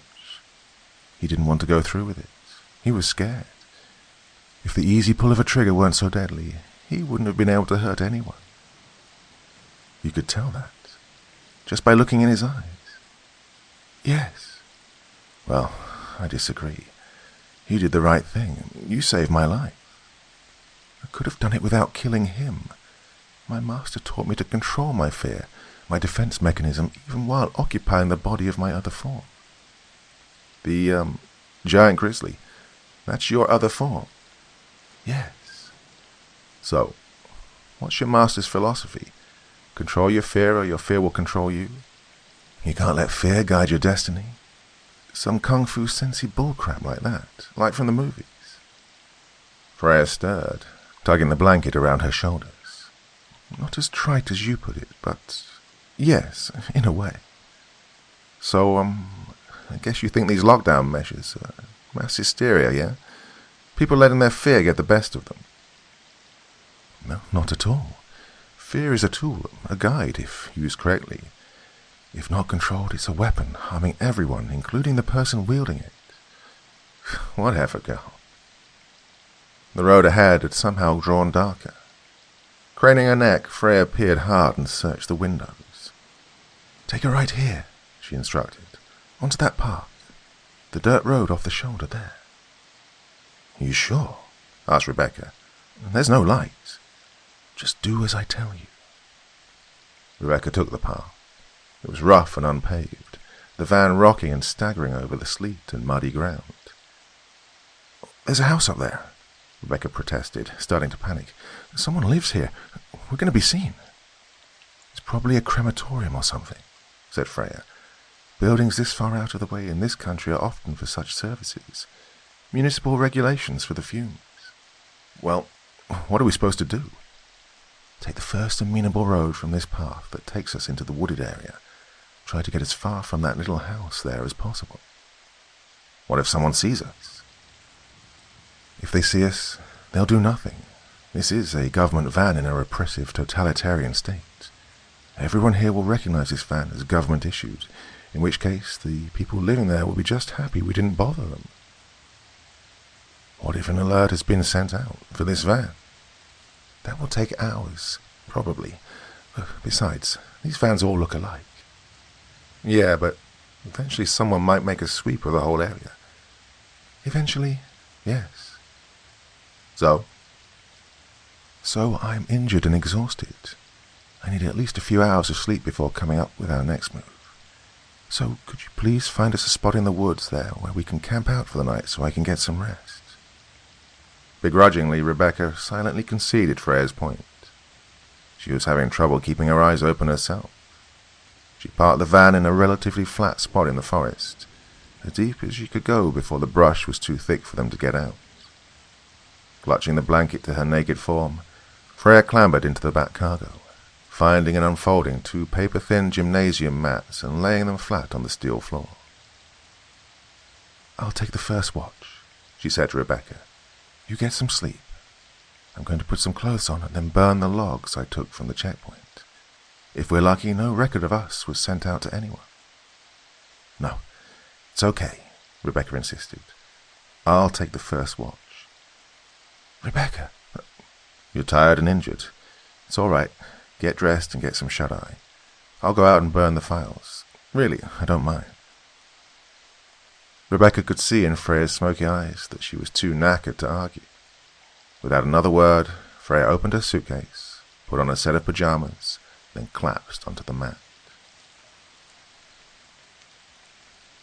Freya had been dreaming about her first time at a swimming pool when she was an infant, the time she'd almost drowned after jumping in without water wings.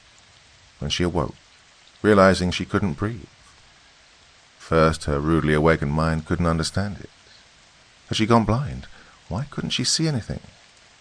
Then, feeling the cottony texture against her cheek and smelling dry sweat intermingled with bleach, she realized what was happening. Someone was smothering her.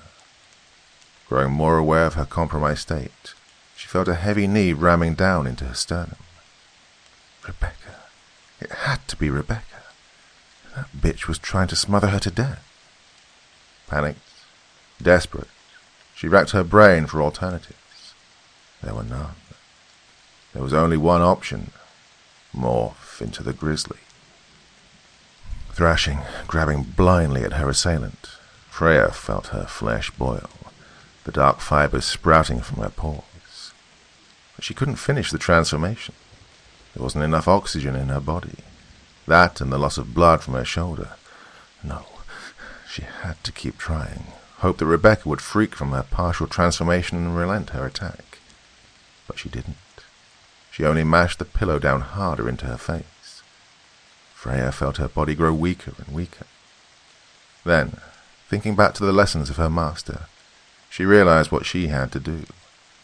The fur receding to her skin, her fever subsiding, she let her body go limp. Limp. Motionless. Cold. Slowly, Rebecca peeled the pillow from Freya's head, then pulled back to a seated position. She then jumped to her feet from the cushion being ripped from her hands, Freya's previously prostrate form leaping up before her. Enraged, oxygen flooding back into her lungs, Freya watched the now trembling woman backpedal to the wall. She advanced, trapping Rebecca, seeing the mortal terror in her eyes, even through those dense bifocals. In the reflection of Rebecca's glasses, Freya could watch her own feverish transformation as the familiar, exquisite pain spread through her flesh. Her mouth elongated into a fanged snout, her fingernails lengthened into claws, her shoulders rounded, her back hunched and grew fur. Her clothes disappeared in shrinking shreds against her darkly thickening coat. her body mass ballooning with copious homicidal muscle. With an iron whine, the van dipped sideways under her new weight. Rebecca's flat chest rose and fell, her breath catching in her throat. She tried to make a run for the cargo door, but was promptly pinned by Freya's right paw. Her left forepaw, being injured still, was coiled off the ground near her hirsute stomach. Freya didn't press any more of her weight than was necessary to keep her pinned there. She wasn't going to crush her to death. No, nothing so merciful. Her jaws frothing over, her cavernous gullet rumbling, Freya had made up her mind to devour her, starting from the feet. But then she saw something glimmering just beyond those dense bifocals, something in Rebecca's eyes that wasn't fear, something that told another story. Through the looking glass of the eyes of her prey, Freya peered into Rebecca's soul, and even in her voracious animal form, she could see there was no threat. Rebecca no longer appeared to her as that scruffy would-be spinster, but instead as a helpless, doe-eyed girl. The voice of her old master echoing in her skull, Freya managed to shift her body weight to the floor. She reclined and sat before Rebecca, the frame of the van staggering and squealing. She could still see that glimmering message in the woman's eyes, the contrite pledge to do no harm. Seated, subdued and innocuous like a trained circus elephant, Freya huffed, her hot breath forming tiny mushroom clouds against the frigid night air. Manipulating her drooling maw, Freya strained her garbled voice to produce one word. Go. Not needing to be told twice, Rebecca leapt off the wall. She scampered past Freya, grabbing her bag and suitcase, struggled with the door latch for a few agonizing seconds, then was gone. From the open rear of the van, Freya watched Rebecca's stumbling form disappear into the forest. Her grisly form beginning to dissolve, she looked on to see the first speckling of dawn, breaking through the foliage. She still had her passport, her visa and her luggage, but didn't know what the day would bring. But whatever it would be, she would meet it head-on and without fear. Part 3. The Bounty Hunter. Agent Kwai Su hated coming to the office of the Public Security Minister, mainly because he hated Public Security Minister Tamen, a fat little man in a suit who was decidedly cold, even abusive to his subordinates. Minister Tamen was a bully to his staff and an ass-kiss to the General Secretary. In fact, he was an ass-kiss to anyone who could elevate his career or eliminate him from the party ranks. Despite only just making rank, Kwai Su had already learned Minister Tamen's story. He was the son of a party man who had been ostracized in the mid-50s and had to live out his childhood in obscure poverty. After moving back to the capital as a young man, he'd slowly and quietly maneuvered his way back into the good graces of the Communist Party. And he was now the Minister of Public Security, a likely shoo-in for next party leader and thus head of state. Knowing how easily one could fall out of favor to the regime, Tamen calculated each move by its potential consequence, always opting for the path with the minutest risk of failure. Given the minister's background and experience, it was little wonder he ran such a brutally tight ship. Still, being attached to such an ambitious careerist had its benefits, namely being brought along with him in the event of promotion. Sitting in Tamen's office, 10 feet from his desk, Agent Kwai Su was not optimistic about the minister's mood that morning. There had been a therianthrope attack 48 hours ago on a southeast checkpoint, not 2 miles from the international airport. 8 were dead, all of them federal officers. Also, the supposed therianthrope, or therianthropes, had gotten away. Worse, news of the attack had leaked to the media, prompting public panic, putting Tamen's ass right on the chopping block.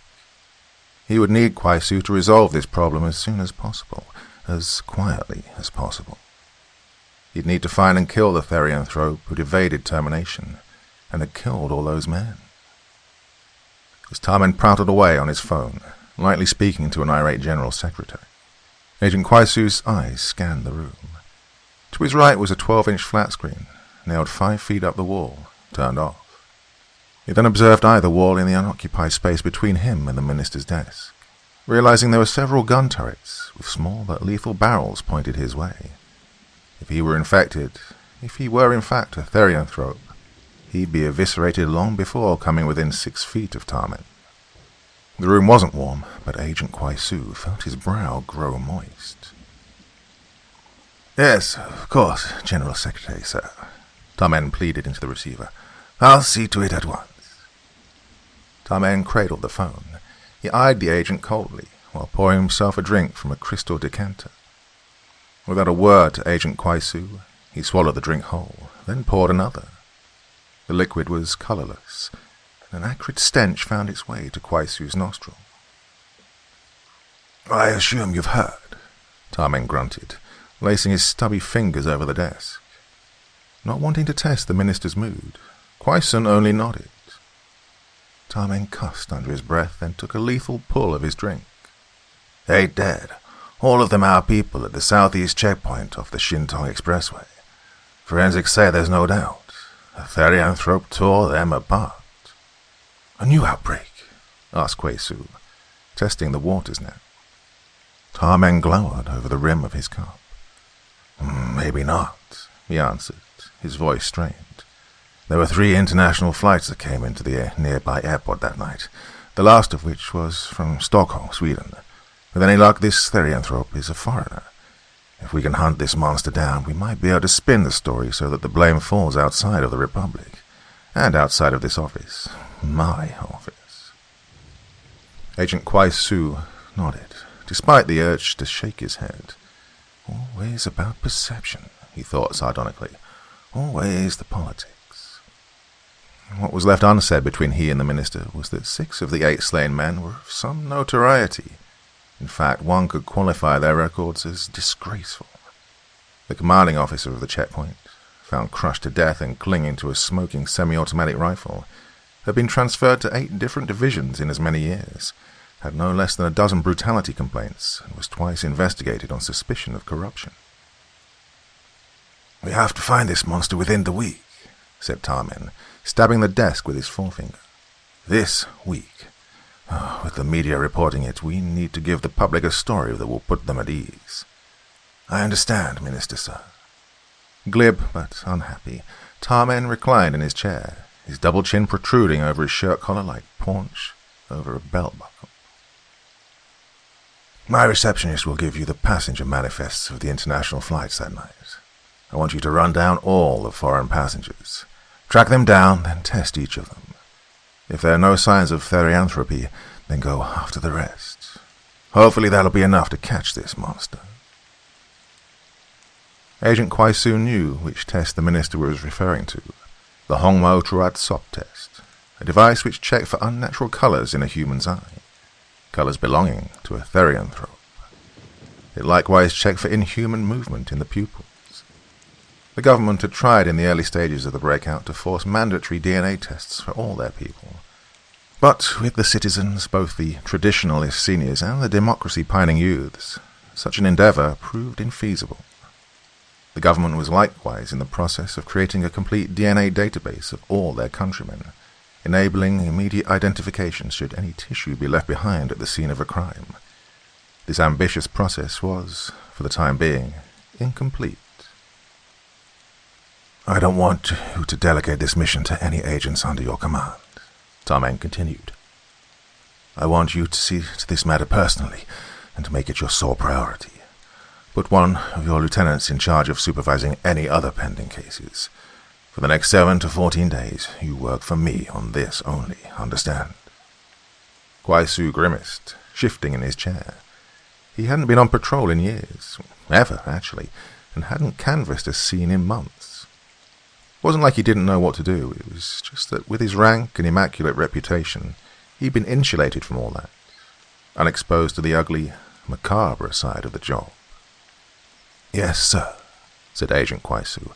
"I'll track down the offending creature personally and terminate it, and I'll be sure to take a blood sample to compare it to whatever DNA is found at the scene." "No, DNA matches take too long," Tarmen protested. "We need this solved publicly within the week. and too many of our citizens don't understand DNA. No, I'm going to need you to get bulletproof evidence linking the monster to the attack. Oh, get a confession out of it. Sir? When you go down to the first floor to get your hazmat suit and the manifests, my receptionist will give you a metal briefcase. Inside will be the Hongmo Turat SOP device and an audio recorder. Get the creature to confess his crimes and record the confession. His eyelashes fluttering, Kwai Su tried to process Tarmen's orders. Sir, he said, bewildered, how am I to convince a creature to confess its crime when it will know that doing so will mean being put to an immediate death? Tarmen shrugged. Offer to make it quick. They were silent for a beat. Kwai Su tried to exhale lightly, but it came out as a mirthless chuckle. Look, barked Tarmen impotently. Coax the confession. Lie to it. Torture the Forsaken Thing if you have to. Just destroy the Therianthrope and make sure we can prove it's the one that killed our men. Yes, sir. Kwai Su then nodded, not wanting to seem insubordinate. Should I visit the site of the attack first? Tarmen bore a hideous smirk that seemed to mock Kwai Su. He reached down underneath his desk. A light appeared in Kwai Su's peripheral vision. He turned, finding the flat screen was now on, showing a bird's-eye view of a middle-aged man wearing a plain button-down and slacks, a side holster on his hip. He was rail, thin, and slightly stooped with a concave gut, like an imploded potbelly. From what Kwai Su could see, the man was in the reception area, first floor. You know, Mr. Nee, don't you? Grumbled Minister Tarmen. Kwai Su peered at the screen, recognizing the figure. Yes, Minister, sir, he said, turning back to Tarmen. By reputation only, sir. He's a bounty hunter. He's a monster killer, is what he is, Tarmen corrected. He's going to accompany you on this mission. Sir? He tracked and destroyed 15 of those monsters already. We were going to hire him alone, but seeing as this new Therianthrope might be foreign, we're sending you along with him. Digesting this, Kwai Su nodded. He doesn't speak English, then? He doesn't speak English or any language other than that of the Republic, so you're to accompany him, help him interrogate this possible Therianthrope. Kwai Su, like so many others in law enforcement, had heard of Mr. Nee, the bounty hunter, or Therianthrope killer. He was regarded as ruthless, fearless, and extremely unstable. Nonetheless, what Minister Tarmen had mentioned of his record was true. 15 successful terminations. There were many ugly rumors about the man and his background, none of which Agent Kwai Su cared to entertain. Pardon me, Minister, sir, said Kwai Su. His nape bristled, knowing he ought not to contradict a superior. Minister Tarmen's eyes were wide. Would it be preferable for me to work with another party agent, seeing as this Mr. Nee works outside of the party and, if you'll excuse me, has a less than desirable reputation? Surprisingly, Tarmen did not bite the agent's head off. Instead, he leaned back further into his chair, his hands laying across his ample abdomen. When you meet with Mr. Nee, Tarmen said, you'll notice there are many scars on his face. Don't mention them to him. Kwai Su said nothing, waiting for the punchline. You know that this is the second wave of therianthropy our Republic has endured, right, Agent Kwai Su? The first wave occurred before you were born. We lost over 50,000 people to those monsters during a 3-month stretch. Mr. Nee was an infant during that first wave. He was an orphan in one of the facilities that was attacked by the Therianthropes. Somehow, by some grace of the gods, he escaped with his life, despite being maimed and permanently disfigured. Those vicious monsters make up his very first memory. They are why he has all those scars. So, the reason I've hired him, he's got the drive to bring down these Therianthropes, because they tore his world apart to begin with. So help him out. Keep him in line when necessary, but don't get in his way. At that moment, it occurred to Kwai Su that he was hired not for his ability or understanding of English, but for the immaculateness of his reputation. Of course, he thought, always the perception, always the politics. Despite knowing he was dismissed, Kwai Su stayed seated. Seeing this, Tarman raised an inquiring eyebrow. "Minister Tarman, sir," said Kwai-Su, answering Tarman's look. "I am willing to assist Mr. Nee on this mission, assuming I have tactical command. I am also willing to do my best to see that we find, capture, and kill this offending therianthrope within the 7-day window you have allocated. I realize that doing so will help your office and our republic keep face. But doing all these things will not be without difficulty. Should I accomplish the task in the allotted time, I hope that you will appreciate my efforts and remember what I have done later on."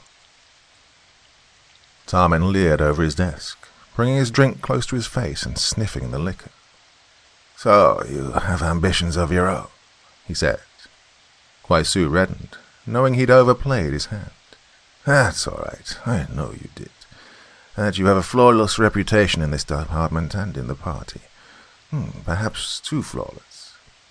Truth is, I want you on this assignment, not only to help Nee with the language barrier, but to offset much of the backlash we'll surely face for having hired such a man, and the shame we already have for letting this attack happen. But don't hold out your hand like that to me again. I'll tell you what, you catch this monster within a week, I'll see you still have your job and rank in this agency when it's done. Fair enough."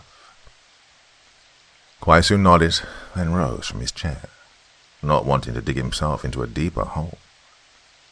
After a curt exchange of pleasantries, Agent Kwai-Su and Mr. Nee drove down to the scene of the attack. They drove in painful silence, Mr. Nee's eyes never leaving the windshield, or blinking from what Kwai-Su observed. He didn't even look up when they were stopped at the roadblock 2 miles from the checkpoint, Agent Kwai-Su having to flash his credentials to get through. Once on the scene, Kwai-Su saw the forensics team in full form. Yellow tape, hazmat suits, tweezers, cotton swabs, photo cameras, and 2 evidence vans. No ambulance, though. None needed. No survivors. The head inspector approached the 2 men, wearing biohazard wear. Kwai-Su was likewise suited up, complete with a face screen and Kevlar vest underneath. Given the cutting weather, he didn't mind the luminous plastic overalls, or the heavy rubber boots, though they took some getting used to. Mr. Nee, on the other hand, only wore a windbreaker over his street clothes. "I'm sure you heard by now," said the inspector through his face mask. "DNA left at the scene and swab from the exit wounds on the bodies indicates a therianthrope attack." "Any record of who came through this checkpoint, besides the staff?" asked Kwai-Su. "Oh, the log sheets are gone. There are no embers, no scraps of paper anywhere, which leads us to believe that the therianthrope or someone with it had stolen them." "Very smart," interjected Mr. Nee. He spoke with a slight lisp, half his lower lip being made up of grafted skin. The 2 of them looked odd together, Nee being scrawny, hunched and disfigured, and Kwai-Su being slim, fit, and quite handsome. His sharp chin his most prominent feature, at least when he wasn't decked out in biohazard gear. "Did you find anything that could indicate a foreign visitor to this checkpoint?" Kwai-Su fished.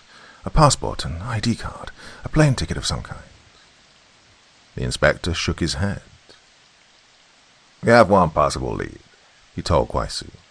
"The government man that should have been here is missing. This van, like all government-issued vehicles, has a tracking device, telling us its location should we activate it from the control center. My people have already coordinated with the Federals nearby and used the tracker for that van to find its location. Jiang Song Forest, just 200 kilometers from here."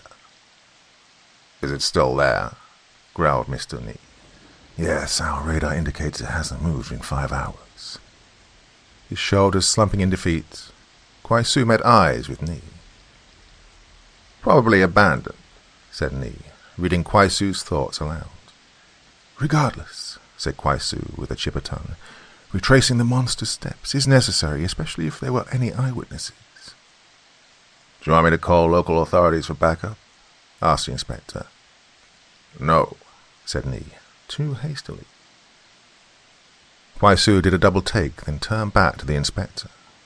"We mean, yes," said Kwai-Su, throwing Nee a cindering glare. "Have a squad car follow us to the forest." "What's the point?" Nee barked, sending daggers Kwai-Su's way. "The therianthrope will have moved on." "We don't know that."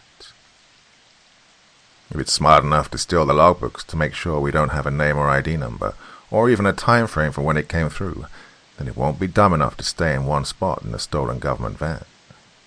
If we're going to seek out eyewitnesses, an additional car will scare them into silence. Kwai-Su and Ni locked eyes in a glacial staring contest. Kwai-Su then turned to the inspector, forcing a rictus grin of professionalism. Is there a police station near Jiangsong Forest? Yes, Agent Kwai-Su, he answered. About a 15-minute drive away. Fine. Tell them not to come to the forest, but to be prepared should we radio them for backup. In neutral compliance, the inspector nodded. Kwai-Su turned to head back to the company-issued sedan, but not before shooting Ni another admonishing glare. They drove together to the Jiangsong Forest without speaking. The stolen van was not deep within the woods. They found it parked at the end of a clearing. As expected, Mr. Ni was right. The van was unoccupied. Worse, there was no evidence anyone other than federal workers had been inside. Searching the surrounding vegetation, they found a burnt heap of cinders buried under a mound of snow. The logbook, or what was left of it. This was a very clever therianthrope they were hunting. Beside the forest, closest to the clearing from where the van had presumably entered, was a pet crematorium. Kwai-Su spoke to the man and woman operating the business to little avail.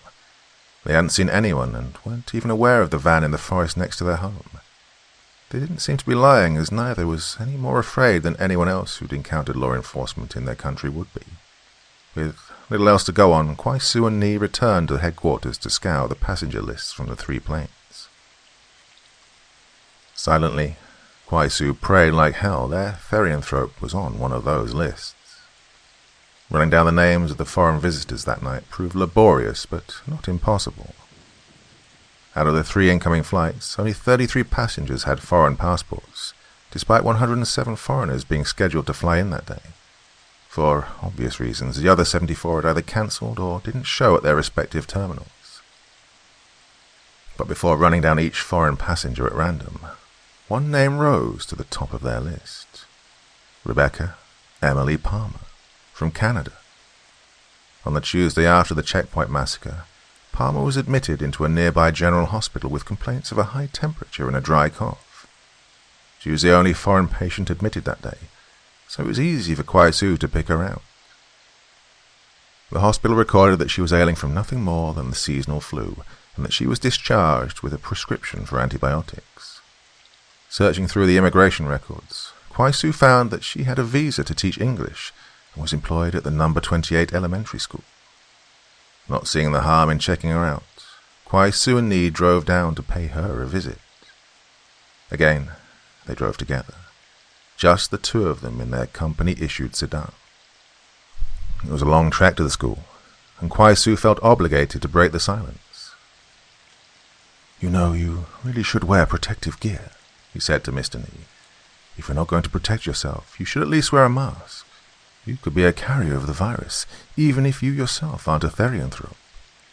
Ni scoffed, fingering the grooves of his mutilated cheek. You think it's airborne? He rasped, eyes on the road. Yes, said Kwai-Su. It could be. I mean, they're going to make masks mandatory soon anyway. We know it can be transferred without someone being attacked or even touched by an infected therianthrope. No one knows. Well, I mean, no one knows for sure. No one knows. No one cares. No one knew about me in that orphanage and why I didn't have a mother or father, and no one cared. No one knew that the other boys bullied me, tied me to bedposts with my own socks, pissed on my mattress, put worms and tiny pebbles into my morning porridge. No one cared either. No one knew one of the other orphans was going to mutate into a beast and maraud through my dorm, chewing up children, social workers, caregivers, killing 300 in a home that housed 1,000 motherless, hungry, unwanted little shits like me. And no one cared. Kwai-Su's gloved hands white-knuckled the steering wheel as he tried to block out the other man's voice. No one knows how this virus spreads, Ni carried on, massaging scar tissue. All I know is that the therianthropes can't kill me, but I can kill them. 5 years before the second wave, when there were only a few therianthrope sightings here and there, I worked with 2 other bounty hunters in the Northwest Province. They brought along one of those contraptions you got. What's it called? The one used to check their irises for irregular color and weird pupil dilation. The Hongmo-Trat Sop test, sighed Kwaisu. Yeah, that thing. We each had pistols on us. One of us carried the Hongmo-Trat Sop thingy. The other carried a temperature gun. Anyway, we hunted down this old smoke hound, hiding out in an abandoned warehouse. The locals had complained about him. Said they saw his eyes glowing, that they'd seen him out with his clothes torn. Even worse than a regular hobo. And he'd been doused with blood, stuff like that. Also, he was nomadic, had moved from city to city and province to province all the time. He'd actually lived in 20 different towns in the space of 1 year. Anyway, we tracked him down to this old, abandoned warehouse, used to store home appliances or something. Right on the outskirts of the city. Nothing there but crackheads, derelicts, runaways, and scrap metal. And closeted therianthropes, apparently. This building was run down. I mean, a whole stairwell was exposed, like the building was half demolished or something. Like those old World War II photos of buildings after an air raid, you know. Well, we crept up the jagged stairwell, flashlights burning a path in front of us so we could see, since we were breaching at night. We almost fell through a couple times, what with all the missing steps and the railings gone. We got up there to the shooting gallery and immediately recognized him from the photograph we'd been given. A toothless, gaunt old bastard with grey, scraggly hair hanging from his naked scalp, his eyes sunken behind cavernous sockets. When we found him, he was barely conscious. There was a glass pipe smoking by his hip on the floor, the bowel blackened from use. He was slouched down in the corner, a bed of spoiled newspapers beneath him. There were about 10 other scabby tweakers like him, all scratching and nodding off nearby. There were a few candles, so we had just enough light to see. The one bounty hunter, Wang, nudged him awake with his boot. The smoke hound got to his filthy bare feet, rubbing his eyes, looking us over like he didn't give a shit. Really looking like he couldn't possibly be a therianthrope, just a junkie. Wang took his temperature. Nothing. In fact, his body heat was too low, if anything. I wasn't convinced, so I insisted that the other bounty hunter, Bao Ho, give him the test to check his eyes. Again, the smoke hound didn't look concerned. He put that contraption onto the smoke hound's head and looked through the lens, checking his red marbled eyes. He saw nothing that shouldn't be there. In a human, I mean. Me, I still wasn't convinced. Not a bit. So I took out my pistol and aimed it at the old bastard. Told him I didn't care if he was human or not. I was going to shoot him dead and take his perforated corpse to collect the bounty. And that's when it happened. His pupils contracted vertically into pinpricks. His eye whites glowed a feline yellow, and through his pores spreaded thick fibers of midnight black. Before Bao Ho had a chance to get the device off, the smoke hand had transformed into a feral jungle cat, something manifest from your most primal terror. It pawed us away with huge, razor-sharp claws. That's how I got this scar on my right wrist here. The creature buried its fangs into Wang first, whipped him down to the floor by his neck, like a cheetah would an antelope. Had him pinned for less than 5 seconds before it was done with him. Nothing but a wet, bloody mess. That dusky, lithe animal had torn Wang's throat out before Bao Ho could get out his pistol, then pounced on him before he could defend himself. Me, I hit the dirt, pulling my .380 from my ankle holster, and aimed with deliberation at the creature's worrying head from the floor.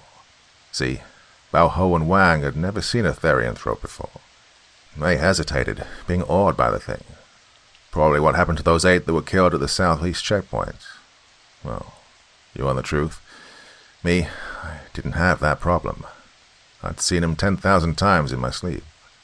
Anyway, it was chomping on my partner's throat, giving me enough time to take aim, find a lethal headshot.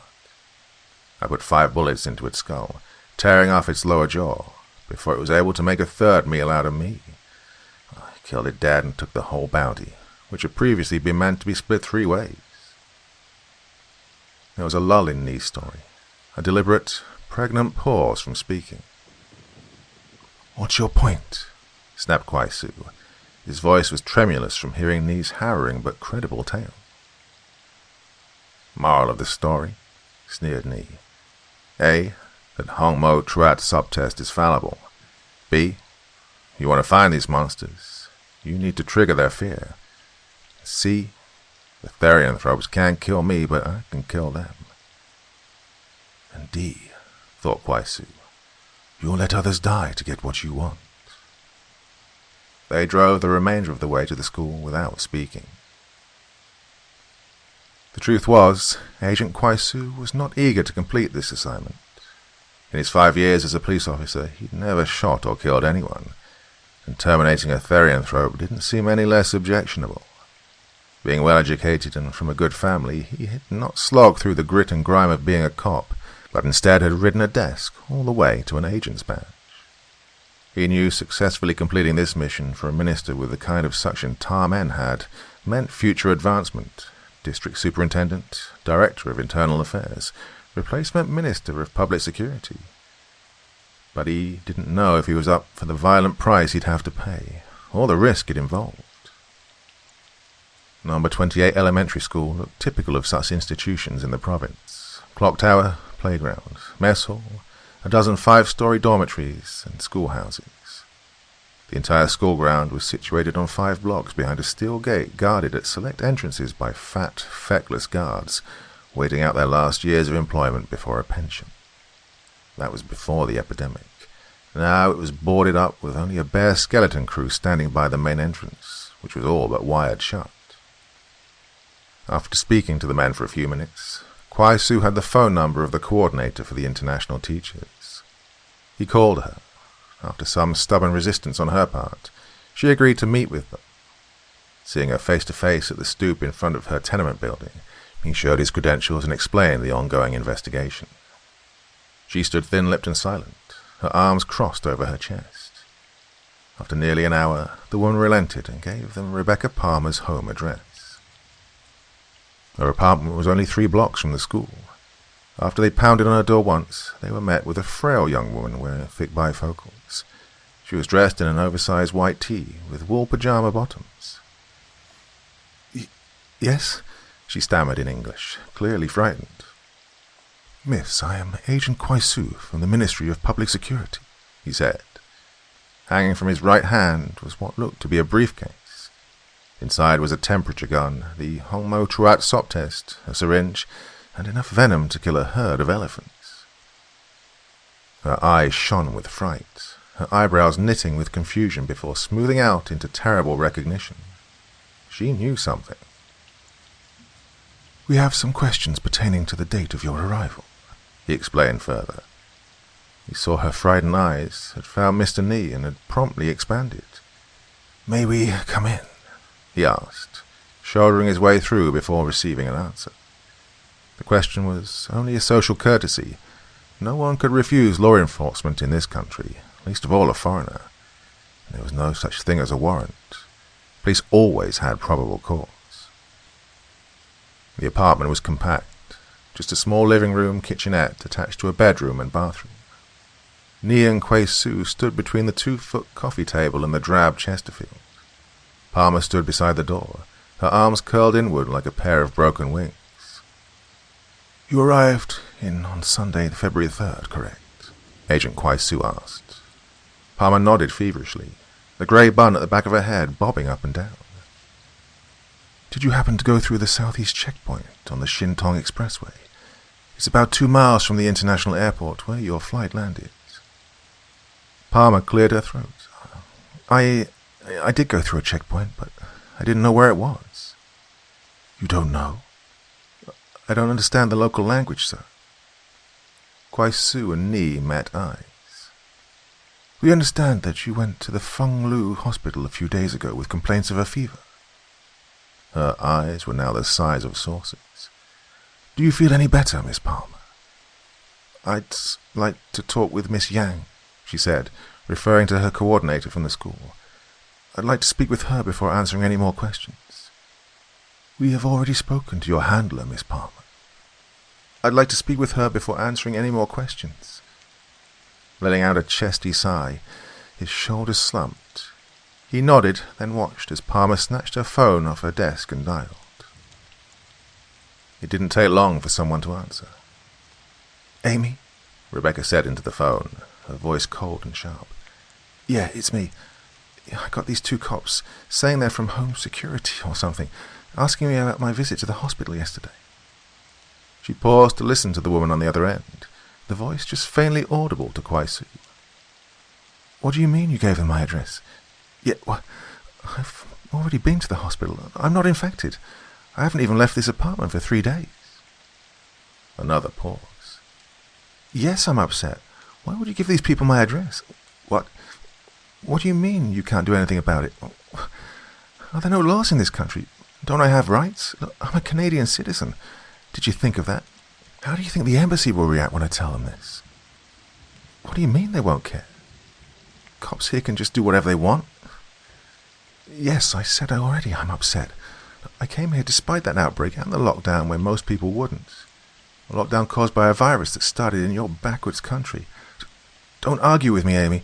It's universally accepted this current wave started here in this country, your country."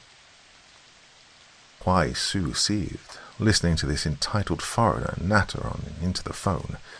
In that moment he imagined she was their therianthrope, and felt much better about completing their task. "Yeah?" Rebecca barked into her phone. "Well, I'm going to be talking to your boss about this." She then shut off her phone. "I'm going to take your temperature, Miss Palmer," said Kwai-Su, his lips pressed together into a thin line, his eyes not meeting hers. "They checked me there at the hospital," she insisted, repeating what she said on the phone. "I'm not infected with the virus." "I understand, miss," said Kwai-Su, knowing it wasn't unheard of for hospitals to be coaxed into massaging their records. "This is merely protocol for public security. Please oblige us." Kwai-Su laid his case on the coffee table, then opened it. He first retrieved the white temperature gun. He approached Rebecca and pressed the barrel to her forehead. Muttered Kwai-Su, after taking her temperature. "You don't seem to have a fever, but your temperature is still high." A single tear rolled down Palmer's cheek. "I'm going to use the Hong Mo-Truat Sop test. That will tell us definitively if you're infected or not." He walked back to open his case and fished out the device. The Hong Mo-Truat Sop test consisted of an arching headband meant to wrap around the subject's head, with an electronic scope held less than 2 feet from the face by an attached metal arm.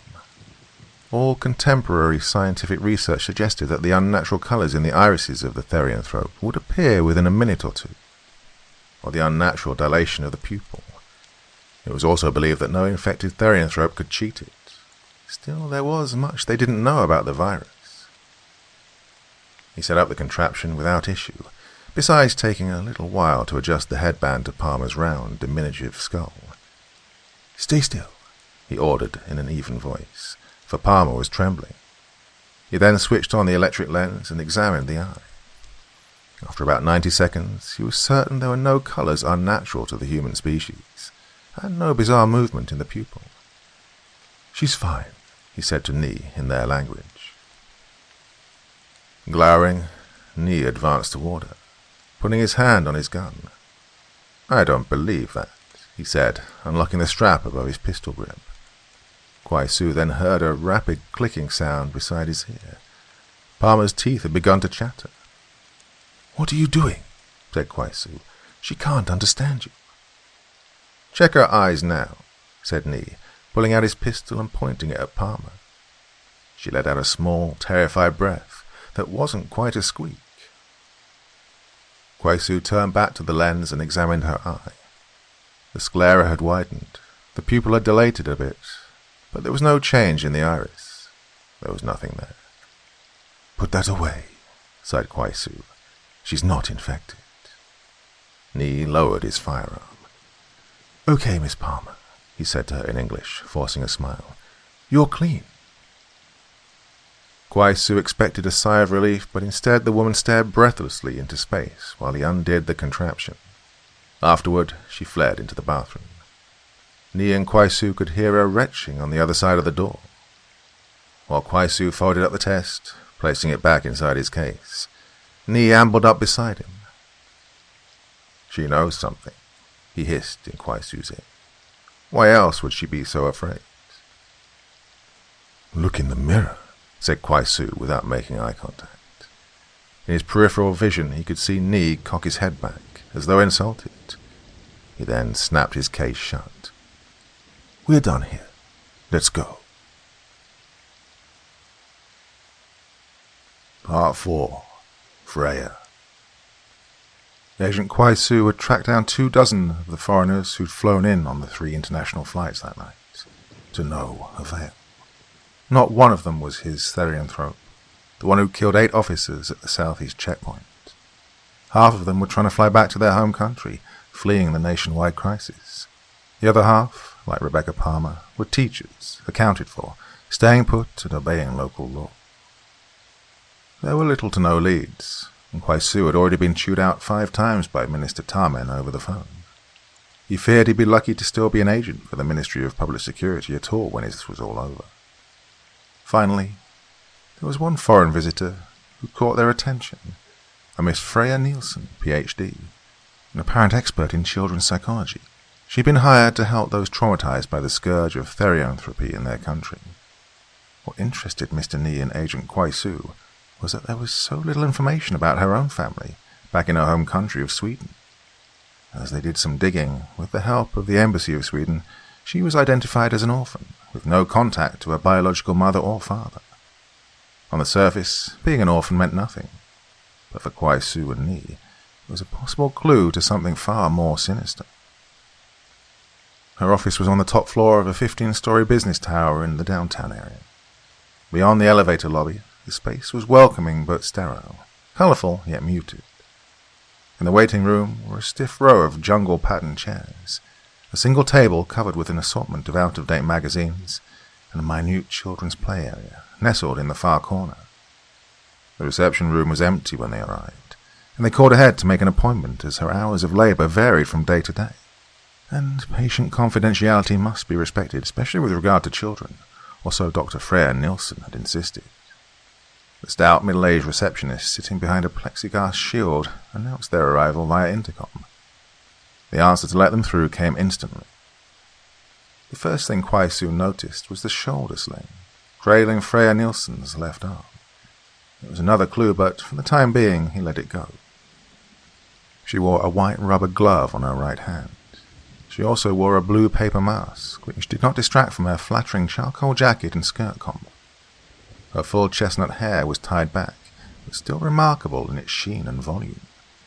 Secretly, Kwai-Su was impressed by her light-coloured eyes and slim, womanly figure. Though half her face was hidden, she had to be the most beautiful woman he'd ever set his eyes upon. He tried his best not to gawk, remembering his duty and seeing Mr. Ni sending darts her way with his eyes. "Have a seat, please," she said in a low, honeyed voice, gesturing vaguely to a leather couch and velvet armchair. She spoke to them in their language. Kwai-Su had read on her CV that she spoke a total of 5 different languages. She floated over to the edge of her desk and perched there. Kwai-Su and Ni stood like a pair of salt and pepper shakers 5 feet from the closed door. "How long have you been in the country, Miss Nielsen?" Kwai-Su asked, knowing the answer but wanting to test the waters first. The crinkles in the corners of Freya's eyes betrayed the smile behind her mask. "Call me Freya, please. I've been here for exactly 10 days and have been practicing for 8.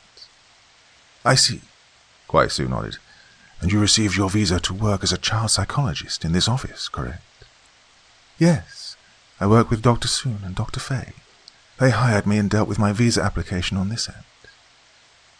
"And you counsel children currently, is that correct?" "Yes. Children dealing with trauma." "Would that include children who've suffered the recent rash of violence, specifically from the therianthropes? In fact, I exclusively treat children affected by the recent epidemic." Kwai-Su remarked, feigning surprise. "I was not aware of that. Tell me more." "Well, that's why I have a visa to work here," she giggled. "And you must know, Agent Kwai-Su, there's an unending amount of orphaned and traumatized children in this country. The damage to these children's psyche, their undermined sense of security, is something I care deeply about. Children deserve to feel safe, to have peace of mind. Hence why there's a demand for specialists right now, even from abroad. Impressed, Kwaisu absorbed this for a moment. "Are you suggesting our republic cannot sustain itself?"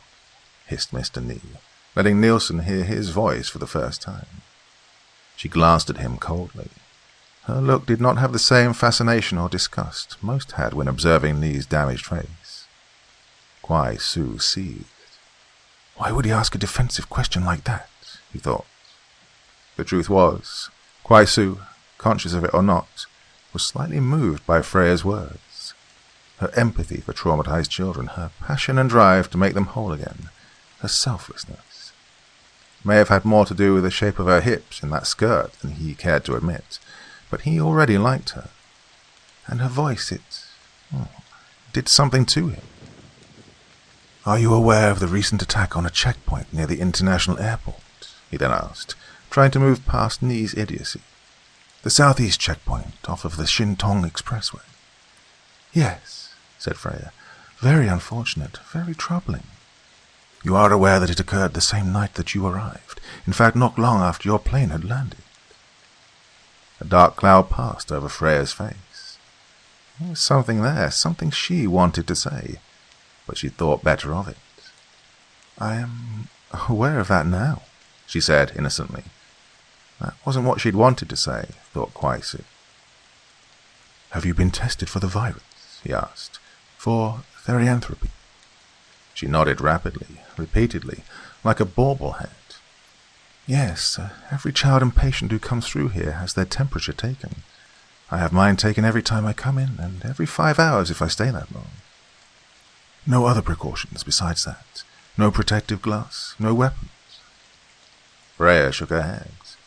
"We practice physical distancing and have various escape routes installed throughout the building, but no firearms, no weapons or means of lethal force of any kind. I insist upon it." Agent Kwaisu turned his head, trying to hide a smirk he knew was visible even from behind his face guard. He didn't want to ask the next two questions. "When did you last have your temperature taken?" "An hour and a half ago. It was 35 degrees. My receptionist outside can vouch for that, if you like." "Oh, that won't be necessary, Ms. Nielsen." "Please, Agent Kwaisu," she interrupted. "Call me Freya. If that's too familiar for you, then my proper title is Doctor." "Dr. Nielsen," said Kwaisu with emphasis, following a short beat. "I would like to subject you to the Hongmo Tuat Sop test, which will examine your irises for any unusual colors that may indicate infection." The crinkles in the corners of her eyes reappeared.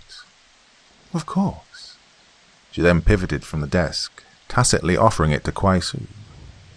Kwaisu advanced into the room, laying his case down on top of her desk. Within 2 minutes of staring through the lens, it was clear that she was not their therianthrope. No colors in her irises that didn't belong to a human eye, no inhuman movement of the pupil.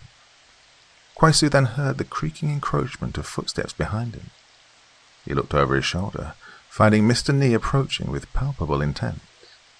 Making a show of it, he unbuttoned the strap on his holster, then unsheathed his Glock, pointing it directly at Freya. "I'll just kill you and take your perforated corpse to the Minister of Public Security," he rasped, his voice like glass shards underfoot. "Even if you are not our monster, I'll just kill you and collect the bounty. It'll be my word and my partner's word against one dead sweet." Kwaisu's flesh prickled, his blood boiling. How dare this man act in such a way on behalf of the Office of Public Security? On behalf of the Republic? But then he saw a flash of something in the lens, in Freya's iris. Something that... No, it was just his imagination. Whatever it was too brief, no longer there. Freya, her iris still examinable in the lens, met eyes with Mr. Nee, evidently unmoved by his flourishing of a pistol. "I'm sure you don't really mean that," she said in a staid voice. Kwaisu sighed, his shoulders slumping with relief and utter exhaustion. "She's clear," he said. "Put that gun away, Nee. She's not our monster." Mr. Nee kept it trained on her for a beat, the two of them locking eyes, before retiring the pistol. "Sorry to have bothered you, Dr. Nielsen," muttered Kwaisu, unhooking the contraption from her head. Not at all, she said, her voice empty. While Kwaisu disassembled the Hongmo Triratosop device and placed it back into his case, Freya instructed the two men to take a back exit from her office. She insisted they not leave the way they'd come in. I have a patient coming in the next 15 minutes. He and his mother have already arrived and are waiting in the reception area. I'd appreciate the two of you respecting their privacy. Not at all, Dr. Nielsen, said Kwaisu solemnly, his hopes of any future in the government dashed. Please inform us of anything you may think of pertaining to the evening in question. Without another word, Kwaisu and Ni filed out of her office through the back door. As soon as they reached the stairwell, Ni dove down the steps, flying past each flight like a fugitive being chased in a movie. Mr. Ney, Kwaisu called after him, trying vainly to keep up. Mr. Ney, what are you doing? There might still be time, he answered, still racing down the steps. Time for what? Kwaisu called, his heavy hazmat suit, briefcase, and Kevlar vest slowing his journey, making him waddle, making him sweat. Having reached the ground floor, Ni flew out the back exit, then circled round the building with haste. Kwaisu surmised he was headed for the front entrance. What is your hurry? Kwaisu wheezed. She said her patient arrives in 15 minutes. What? 15 minutes. A boy with his mother, that's what she said. They stopped beside the glass vestibule, both of them out of breath, Kwaisu especially. What was this about a boy? His mother? Asked Kwaisu, gulping oxygen. She said her next patient comes in 15 minutes, a boy and his mother. So? So, they are how we expose Freya Nielsen. She's our therianthrope. Kwaisu rolled his eyes. Were you not up there just now? He snapped. Her temperature was reported at 35 degrees. We put the Hongmo Triratosop test to her. Nothing out of the ordinary. She's clear. Told you that test is fallible. I know she's the one. How? What possible evidence do you have for that? She didn't get scared when I pointed the gun at her. When I said I was going to kill her, even if she wasn't infected. Yes, and her irises didn't change color either, imbecile. Nor did her pupils show any unnatural dilation. She's not infected. Don't you get it? What? Her irises didn't change color because she wasn't scared. She forced herself into being composed, into being fearless. Any other person, like that Palmer girl, would have showed fear. Would have been terrified. The fact that she wasn't afraid shows that she knew she had to keep calm. She has something to hide, Kwaisu. She's holding her hand too close to her chest. Kwaisu was silent, digesting Ni's words, running his logic over in his head. Perhaps he was right. Any other person would have shown fear having a gun pulled on them like that. He hated to admit it, but perhaps Ni was right. A few people passed them, strolling through the automated doors. Then they spotted what they were looking for. A preteen and his mother, approaching from the parking lot. Give me your badge, hissed Ni, the couple still a distance away. What? Just give it to me. Pride swelling up inside him, Kwaisu felt an urge to chastise Ni, to remind him who had tactical command on this mission. But, upon reflection, anticipating Minister Tarmen's wrath, especially given that they were now days beyond his deadline, he relented. This was a promising lead. The boy and woman stepped onto the curb before them. Madam, said Mr. Ni, flourishing Kwaisu's badge at lightning speed, we are with the Ministry of Public Security. I'm afraid there have been some outbreaks related to some of the patients in this facility. Oh dear, exclaimed the squat, mid-50s woman, an open palm laying against her chest. Kwaisu observed her son, the boy. He was frail and frightfully ashen, his eyes staring off as if he were sleepwalking. He looked only to be 11 or 12. Do not worry, Mr. Ni assured her, with candid sincerity. Quite the play-acting on his part, thought Kwaisu. We're here to escort any young children to assure their safety. The woman then inquired if she was permitted to escort her child, but Nee insisted that she return to her car. "I'm afraid physical distancing is the best way to keep both you and your child safe. Not to worry, madam. We'll escort him safely to his appointment and return him to you promptly." "Oh, thank you so much, sir." "May I ask which floor is his appointment?" "Of course. 15th floor with Dr. Freya Nielsen." "Very good, madam. Right this way, son." Mr. Nee put a hand on the boy's shoulder and led him inside. The boy went along, seemingly oblivious. Kwai-Su said nothing, taking up the rear. Right before they took the elevator, the ever-so-pale boy stood in front, Mr. Nee directly behind him. As they watched the floor display turn from 14 to 15, Nee laid his left hand on the boy's shoulder, while his right gripped the handle of his Glock. He unholstered the weapon before the doors parted, resting the steel barrel against the boy's shoulder blade. Kwai-Su's skin crawled, but he did not protest. He was already in too deep. Mr. Nee prodded the zombified boy forward.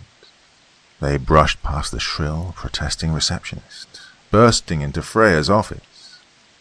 Freya looked up from her desk, a pair of horn-rimmed spectacles resting on the bridge of her perfect nose.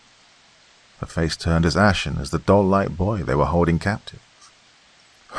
"What?" she stammered, seeing her patient in Nee's clutches. "Now," said Nee with disgusting smiliness, "you show us your true form, or we will kill your patient, this boy." As if searching for reason and decency, her eyes darted to Kwai-Su. He looked back at her blankly as he could muster, his stomach filled with rocks. You wouldn't," she exhaled, just audible enough to carry from her desk to their ears. Nee didn't say a word.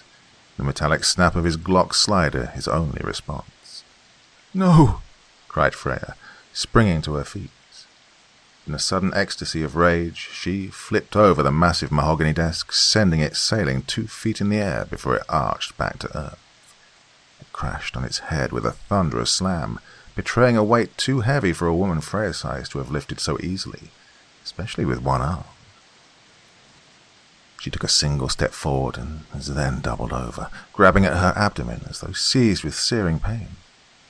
Her face was instantly beaded with sweat, twisted into a macabre mask of agony. Kwai-Su watched what happened next and nearly wet himself.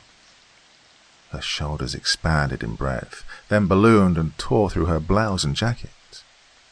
Kwai-Su didn't see what happened to her shoulder sling. Her flesh bristled with brown, shaggy hair that coated her entire body in an instant. Her face rounded, then peaked into a dished, ursine shape. Her once large eyes were now tiny dots that shone a sickly yellow. She grew several feet and expanded hundreds upon hundreds of pounds. There was a distinct crackling, like that of bone, as she mutated, underscored by a moan that escalated into a growl. She stood before them, in her obscene, bestial form, hunched over, trembling as if fighting to restrain herself.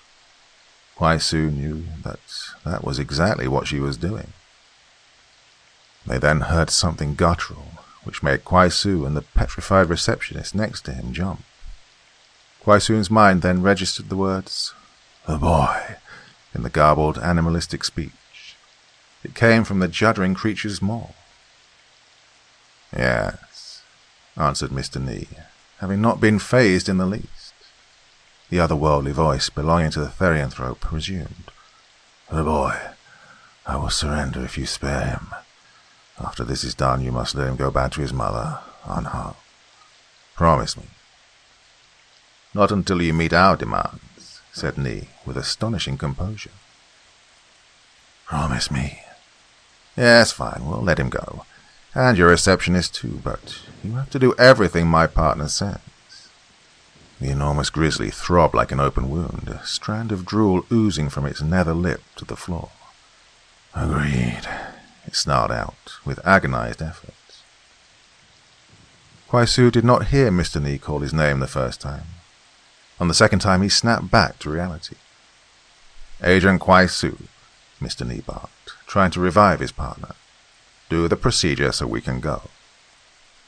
Gingerly, Kwaisu tiptoed toward the velvet armchair, his eyes on the trembling monster. Snapping his head back and forth, from the beast to his work in rapid repetition, he laid his case on the cushion. He cracked it open, then searched inside. He first took out a small device, about the size of a fountain pen. He pressed a button on its side, causing a red light to appear at the end. "We are now making a record of the destruction of the therianthrope." He spoke into the mic of the device. He then inched toward the creature. "The date is February the 15th. The time is 11:36 in the a.m. Please state your full name for the record." He extended his arm, holding the device toward the monster. The absurdity of his action, especially as seen from outside his body, did not escape him. "Freya Eber Nielsen, Ph.D., groaned the creature with audible restraint. "Do you confirm at this time that you are infected with therianthropy?" "Yes." "And do you now confirm that it was you who attacked and killed 8 federal officers at the southeast checkpoint of the Shintong Expressway, near the international airport on Sunday, February the 5th? "Yes." Kwaisu thumbed the button, the red light vanishing. "That'll do it." He then returned to his case, retrieving his second and third items, a syringe and tiny bottle of venom. With precision, he punctured the bottle's foil cap with the needle, pulling back the plunger until the syringe was sufficiently full. He skirted a few drops, flicking the needle point to make it ready. Then, bracing himself, he edged his way right next to the massive, quavering mutant. Kwaisu then leapt back, hearing the guttural voice beside him bellow out, "Let him go, now." Contemptuously, Mr. Nee scoffed. "Your receptionist can go. The boy stays until you're dead. When it's done, I'll keep my word. He will go unharmed." The creature said nothing, the silence signaling consent. Mr. Nee turned to the pale receptionist, chucking a thumb in the direction of the lobby. Sluggishly, the woman turned. She then ran from their sight, her cries of fear and sorrow echoing from the hallway. The ashen boy watched on unmoved, his eyes glassy and glazed over. In that moment, he reminded Kwaisu of an eerie ventriloquist doll. Not wanting to prolong the agony, Kwaisu took a hold of the creature's immense, woolly nape, then buried the needle into the side of its throat. He squeezed the plunger until it was all the way down, the venom having entirely entered the creature's bloodstream. The animal groaned hoarsely, pitching forward, half morphing back into human form. It then laid on the carpet floor in a heap, a grotesque parody of anything natural, wholesome or decent. Looking down at the destroyed body, Kwaisu realized the error in what he'd done. Misty-eyed, Kwaisu peered up toward the doorway, finding Mr. Nee. His Glock was pointed to the floor, his arms hanging by his sides. He was gazing down at the destroyed creature, lost in the vile euphoria of the moment. The ashen boy stood beside him. He had not run off, as was his pleasure, as had been negotiated with his psychologist, now deceased. What happened next played out in surreal speed before Kwaisu's eyes. Without warning, the boy dove for Mr. Nee's gun, grabbing it out of his hand and aiming it at its former master. The retort of the first shot sounded, the slug ripping through Nee's thigh. As he turned to face the boy, there thundered a second and third shot, both of the bullets passing through his belly and out of his spine.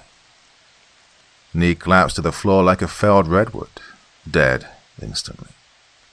On instinct, Kwaisu tore back a fabric flap from the front of his suit and drew a concealed 9mm. He raised the weapon to meet the boy's aim on him.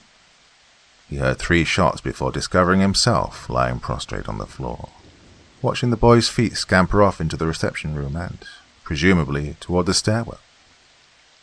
He didn't even notice that an artery in his neck had been opened from a grazing bullet, nor his own hand, slick with blood, applying pressure to the wound. He didn't realize the entirety of what had happened until he was alone with the bodies. He could feel the blood gush out of him, his strength fleeting, His consciousness faded. He could smell the noisome beast, which was once that beautiful foreign woman lying beside him. And from his supine position, he could just see the scored face of Mr. Nee, his eyes staring sightlessly at the ceiling. In his last moments before losing consciousness, Kwaisu wondered what would happen to that boy. That pale boy who had presumably survived a therianthrope attack, only to be held captive by 2 officers employed by the Republic, the same Republic that was supposed to protect him. And why had Kwaisu gone along with Nee? To avenge those slain officers? To keep his job? To advance his career? None of it seemed justified. That boy had lived through unimaginable trauma and had now killed a man, soon to be 2 men, in cold blood. Nursing his last, evanescent breaths, Kwaisu looked over at Nee's dead, staring face, and knew, in that very instant, that monsters do exist.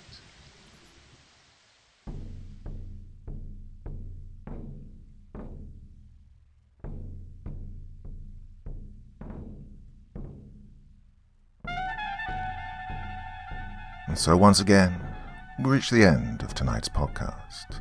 My thanks as always to the authors of those wonderful stories, and to you for taking the time to listen. Now, I'd ask one small favor of you. Wherever you get your podcast from, please write a few nice words and leave a 5-star review, as it really helps the podcast. That's it for this week, but I'll be back again same time, same place, and I do so hope you'll join me once more. Until next time, sweet dreams and bye-bye.